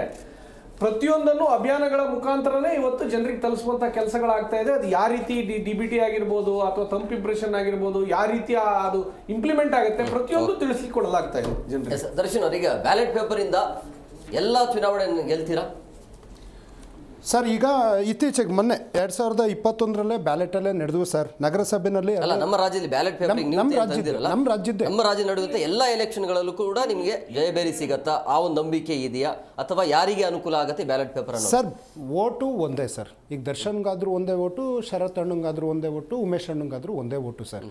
ಆದರೆ ಕೆಲವೊಂದು ನಮಗೆ ಅನುಮಾನಗಳು ಕಾಡಿರೋ ಕಾರಣದಿಂದಾಗಿ ಮತ್ತು ನಾವು ಕೋರ್ಟ್ನಲ್ಲಿ ವ್ಯಾಜ್ಯಗಳಿರೋದು, ಮತ್ತು ಮಮತಾ ಬ್ಯಾನರ್ಜಿಯವರು ಖುದ್ದು ಅವರೇ ಹಾಜರಾತಿ ಹಾಕಿ ಇವತ್ತು ಸುಪ್ರೀಂ ಕೋರ್ಟ್ನಲ್ಲಿ ಘನವೆತ್ತ ನ್ಯಾಯಾಲಯದಲ್ಲಿ ಅವರು ತಮ್ಮ ವಾದವನ್ನು ಮಂಡಿಸಿದ್ದಾರೆ ಸರ್. ಸೊ ಒಟ್ಟಾರೆಯಾಗಿ ಹಿಂದೆಲ್ಲ ಏನು ಪದ್ಧತಿ ಅಂತ ನಡೆದು ಬಂದಿತ್ತು ಅದೇ ಥರ ಸರ್. ಶರತ್ತಣ್ಣ, ಮೊಬೈಲ್ ತಗೊಂಡು ಎಷ್ಟು ವರ್ಷ ಆಯ್ತು ನೀವಣ್ಣ? ನಾವೆಲ್ಲ ಹೆಚ್ಚು ಕಡೆ 25 ವರ್ಷ ಆಯಿತು. ಅಲ್ಲಲ್ಲ, 25 ವರ್ಷ. ಈ ಮೊಬೈಲ್ 1 ವರ್ಷ ಆಗಿದೆ. 1 ವರ್ಷ. ನಾನು ತಗೊಂಡು 2 ವರ್ಷ ಆಗಿದೆ ಅಣ್ಣ. ನಮ್ಮ EVM ಮಿಷನ್ಗಳು ಬಂದು 15 ವರ್ಷ ಆಗಿದೆ ಅಣ್ಣ. ಸೊ ಪ್ರತಿಯೊಂದು ಅಪ್ಡೇಟ್ ಇರುತ್ತೆ. ನೀವು ಅಷ್ಟೆಲ್ಲ ಅನುಮಾನ ವ್ಯಕ್ತಪಡಿಸ್ಬೇಡಿ ಸರ್. ಅದು ಬ್ಯಾಟರಿ ಸಿಸ್ಟಮ್ ಇನ್ಪುಟ್ ಇರುತ್ತೆ. ಈ ತರ ಎಲ್ಲ ನೀವು ಸರ್ ಅಷ್ಟೊಂದು ಮಾಡೋದಿಲ್ಲ. ಎಲೆಕ್ಟ್ರಾನಿಕ್ ಡಿವೈಸ್ಗಳು ಅದರ ಒಂದು ತಾಂತ್ರಿಕ ದೋಷಗಳಿಂದ ಎಷ್ಟೋ ಮತಗಟ್ಟೆಗಳಲ್ಲಿ ಎಷ್ಟೋ ಸಮಯದಲ್ಲಿ ಮತದಾನನೇ ಮಧ್ಯಾಹ್ನ ತನಕ ನಡೆದಿಲ್ಲದಂತಹ ಸತ್ಯಾಂಶ ನಾವು ನೋಡಿದ್ದೀವಿ. ಎಷ್ಟೋ ಎಲೆಕ್ಟ್ರಾನಿಕ್ ಡಿವೈಸ್ಗಳು ಕೈ ಕೊಟ್ಟಿರ್ತಕ್ಕಂಥ ಉದಾಹರಣೆ ನಾವು ನೋಡಿದ್ದೀವಿ. ಮತ ಕೌಂಟಿಂಗ್ ಡೇ ಸಮೇತ ಅವು ಓಪನ್ ಆಗದಿಲ್ದಿರ್ತಕ್ಕಂಥ ಇದನ್ನು ನಾವು ನೋಡಿದ್ದೀವಿ. ನಾನು ಏನೋ ಒಂದು ಅಪ್ಡೇಟ್ ಅಂತ ನೀವು ಹೇಳಿರಿ, ನಿಮ್ಮ ಮಾತು ನಾನು ಗೌರವಿಸ್ತೀನಿ, ನಾನೇನಿಲ್ಲ ಅಂತ ಹೇಳ್ತಾ ಇಲ್ಲ. ಆದರೆ ತಾಂತ್ರಿಕ ದೋಷಗಳು ದೇಶಾದ್ಯಂತ ಹಲವು ಕಡೆ ನಡೆದಿರೋದು ಸತ್ಯಾಂಶ. ಹಾಗೆ ಇವತ್ತು ಅದನ್ನು ಕೇಂದ್ರ ಸರ್ಕಾರ ಏನು ಚುನಾವಣಾ ಆಯೋಗ ಇದೆ, they are also planning to revise ಅಥವಾ ಅದನ್ನ ಹೊಸ ಮಿಷನ್ಗಳನ್ನ ತೊಗೊಬೇಕು ಅನ್ನುವಂಥ ಯೋಚನೆ ಚಿಂತನೆಯಲ್ಲಿ ಅವರಿದ್ದಾರೆ. ಮತ್ತು ಇವರೊಂದು ಬಹಳ ಒಂದು ಗಂಭೀರವಾದಂಥ ಆರೋಪ ಮಾಡಿದರು ಸರ್. ಪರಿಸರ ಹಾನಿ ಇಷ್ಟಪ್ಪ ಪೇಪರಿಗೆ ಪರಿಸರ ಹಾನಿ. ಇವತ್ತು ಡೆಲ್ಲಿ ಪೊಲ್ಯೂಷನ್ನು ಇಡೀ ವರ್ಲ್ಡಲ್ಲಿ ಪೊಲ್ಯೂಷನಲ್ಲಿ ನಂಬರ್ 1 ಆಗಿ ಕೂತಿದೆ ಸರ್. ಇವತ್ತು ಯಾವುದೋ ಒಂದು ದೊಡ್ಡ ಗಣಿಗಾರಿಕೆಗೆ ಅದಾನಿ ಕಂಪ್ನಿಗೆ ಒಂದು ನಮ್ಮ ಪ್ರಾಕೃತಿಕ ಇದನ್ನೇ ಅರಣ್ಯ ಸಂಪತ್ತನ್ನೇ ನಾಶ ಮಾಡೋದು ಹೊರಟಿದ್ದಾರೆ ಸರ್. ರಾಜಸ್ಥಾನ, ಪಂಜಾಬು, ಒಂದು ಗುಜರಾತ್ ಭಾಗಗಳಲ್ಲಿ.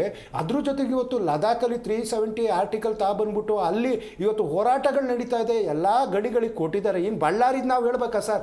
ಆ ಪೊಲ್ಯೂಷನ್ ಆಗಿ ಮಣ್ಣನ್ನು ಲೂಟಿ ಹೊಡೆದ್ರೆ ಇವರಿಗೆ ಪೊಲ್ಯೂಷನ್ ಕಾಣಲ್ಲ. ಇಷ್ಟಪ್ಪ ಪೇಪರ್ಲಿ ಪೊಲ್ಯೂಷನ್ನು, ಪರಿಸರ, ಎಷ್ಟೆಷ್ಟು ದೊಡ್ಡ ಮಾತುಗಳನ್ನ ಆಡ್ತಾರೆ ಅನ್ನುವಂಥ ವಿಚಾರ ಸರ್. ಒಟ್ಟಾರೆ ಆಗಿ ಸರ್, ಚುನಾವಣೆಗಳು ನಡಿಬೇಕು ಸರ್. ಸ್ಥಳೀಯ ಸಂಸ್ಥೆಗಳ ಚುನಾವಣೆ ಬಹಳ ಮುಖ್ಯ. ಈಗ ಶಾಸಕರು ಪ್ರತಿದಿನ ಸೆಷನ್ಸ್ ಇದ್ದಾಗ ಇಲ್ಲಿಗೆ ಬಂದಿರ್ತಾರೆ, ಅಥವಾ ಮತ್ತಿನ್ನೊಂದು ಯಾವುದೇ ಪಕ್ಷದ ಕಾರ್ಯಕರ್ತರಿಗಾಗಲಿ ಸರ್, ಯಾವುದೇ ಈ ವಿಚಾರದಲ್ಲಿ ಅವರಿಗೊಬ್ಬ ಪ್ರತಿನಿಧಿ ಅಂತ ರೆಸ್ಪೆಕ್ಟ್ ಅವ್ನು ಸೋಲ್ಬೋದು ಅಥವಾ ಅವ್ನು ಗೆದ್ದಿರ್ಬೋದು. She is the voice of that village sir, is the voice of that taluk panchayat, is the voice of that zilla panchayat ಅಥವಾ ನಗರಸಭೆ. ಚುನಾವಣೆ ಆಗಬೇಕು, ಚುನಾವಣೆ ಪರಿಷತ್ ಚುನಾವಣೆ ಈ ಕ್ಷಣಕ್ಕೂ ಸಮೇತ ಬ್ಯಾಲೆಟ್ ಅಲ್ಲೇ ಆಗೋದು ಸರ್. ಅದೇ ಈಗ ಬ್ಯಾಲೆಟ್ ಅಲ್ಲಿ ಆಗ್ಬಾರ್ದು ಅಂತೇನೆಲ್ಲ ಆಗ್ಲಿ, ಬಟ್ ಈಗಿನ ತಂತ್ರಜ್ಞಾನದಲ್ಲಿ ಅದರ ಅಲ್ಲಲ್ಲ, ಅವಶ್ಯಕತೆ ತಂತ್ರಜ್ಞಾನದ ನ್ಯೂನತೆಯನ್ನ ದೇಶಾದ್ಯಂತ ಮತಗಳ್ಳತನ ನಡೆದಿದೆ. ನಾನು ಹಲವು ಸತ್ಯಾಂಶದ ಉದಾಹರಣೆಗಳನ್ನು ಕೊಟ್ಟಿದ್ದೀನಿ. ಮತಯಂತ್ರಗಳು, ಲಾರಿಗಳು ಎಲ್ಲೆಲ್ಲಿ ಸ್ಟ್ರಾಂಗ್ ರೂಮಿಗೆ ಹೋಗೋದು ಬಿಟ್ಟು ಬಿಜೆಪಿಯವ್ರ ಮನೆಗೆ ಹೋಗಿದೆ. ರಸ್ತೆಗಳಲ್ಲಿ ಭವಿಷ್ಯ ಇದೆಯಾ? ಬ್ಯಾಲೆಟ್ ಪೇಪರ್ಗೆ ಭವಿಷ್ಯ ಇದೆಯಾ? ಎಷ್ಟು ವರ್ಷ ಗ್ಯಾರಂಟಿ ಕೊಡ್ತಿರೋದಕ್ಕೆ? ಎಷ್ಟು ವರ್ಷ ನಡೆಸ್ತೀರಿ ಬ್ಯಾಲೆಟ್ ಪೇಪರ್ನ? ಆಯ್ತು, ಇವತ್ತು ಸ್ವದೇಶಿ ಸ್ವದೇಶಿ ಸ್ವದೇಶಿ ಅನ್ನೋರ್ಗೆ ಏನು ಸ್ವದೇಶಿ ನಮ್ ಪೇಪರ್ ಅಪ್ಪ ನಮ್ ಕಾಗದ ಮಾಡೋಣ, ಈಗ ಇದಕ್ಕೆ ಸ್ವದೇಶಿ ಬರಲ್ಲ. ಇವತ್ತು ಮನ್ರಾಗ ವಿಚಾರದಲ್ಲಿ ಅವ್ರೇನೋ ಹೇಳ್ತಾ ಇದಾರೆ, ಖಂಡಿತವಾಗ್ಲೂ ವಿ ವಿಲ್ ಶೋ. ಅವ್ರಿಗೇನಾದ್ರು ಒಂದು ದೇಶದ ಅಭಿವೃದ್ಧಿ ಮಾಡ್ತೀವಿ ಅಂದ್ರೆ ಸ್ವಂತ ನೇಮಲ್ಲಿ, ಸ್ವಂತ ಲೇಬಲ್ ಅಲ್ಲಿ ಮೋದಿಯವರ ಹೆಸರಲ್ಲೇ 100,000 ಯೋಜನೆ ತಗೊಂಡಿ 6 ವರ್ಷ ಓದ್ತಾ ಇದ್ರಲ್ಲ, 445 ಯೋಜನೆ ನಮ್ಮ ಸಾಕ್ಷಿ ಗುಡ್ಡೆ ವಿರೋಧ ಪಕ್ಷದವ್ರು ಓದಿ ನಾವೇನ್ ಈ ದೇಶಕ್ಕೆ ಮಾಡಿದ್ವಿ ಅಂತ ತೋರಿಸಿದೀವಿ. ಈ ಬಿಜೆಪಿ ಅವರಿಗೆ ಯಾವ ಕೆಲಸವನ್ನು ಮಾಡಲಿಕ್ಕಾಗುದಿಲ್ಲ. ಜೆಡಿಎಸ್ ಅವರಂತ ಅವರಷ್ಟಕ್ಕೆ ಅವರು ಬಿಜೆಪಿಗೆ ತಮ್ಮ ತನು ಮನವನ್ನ ಅಡಗಿಕೊಂಡಿದ್ದಾರೆ. ಅವರು ಯಾವ ಆರೋಪ ಮಾಡಕ್ ಹೋಗ್ಬೇಡಿ ನೀವು. ತನ್ನಿ ಬ್ಯಾಲೆಟ್ ಪೇಪರ್ ಆದರೂ ತನ್ನಿ, ಗೆಲುವು ಮಾತ್ರ ಬಿಜೆಪಿ ಇದೆ.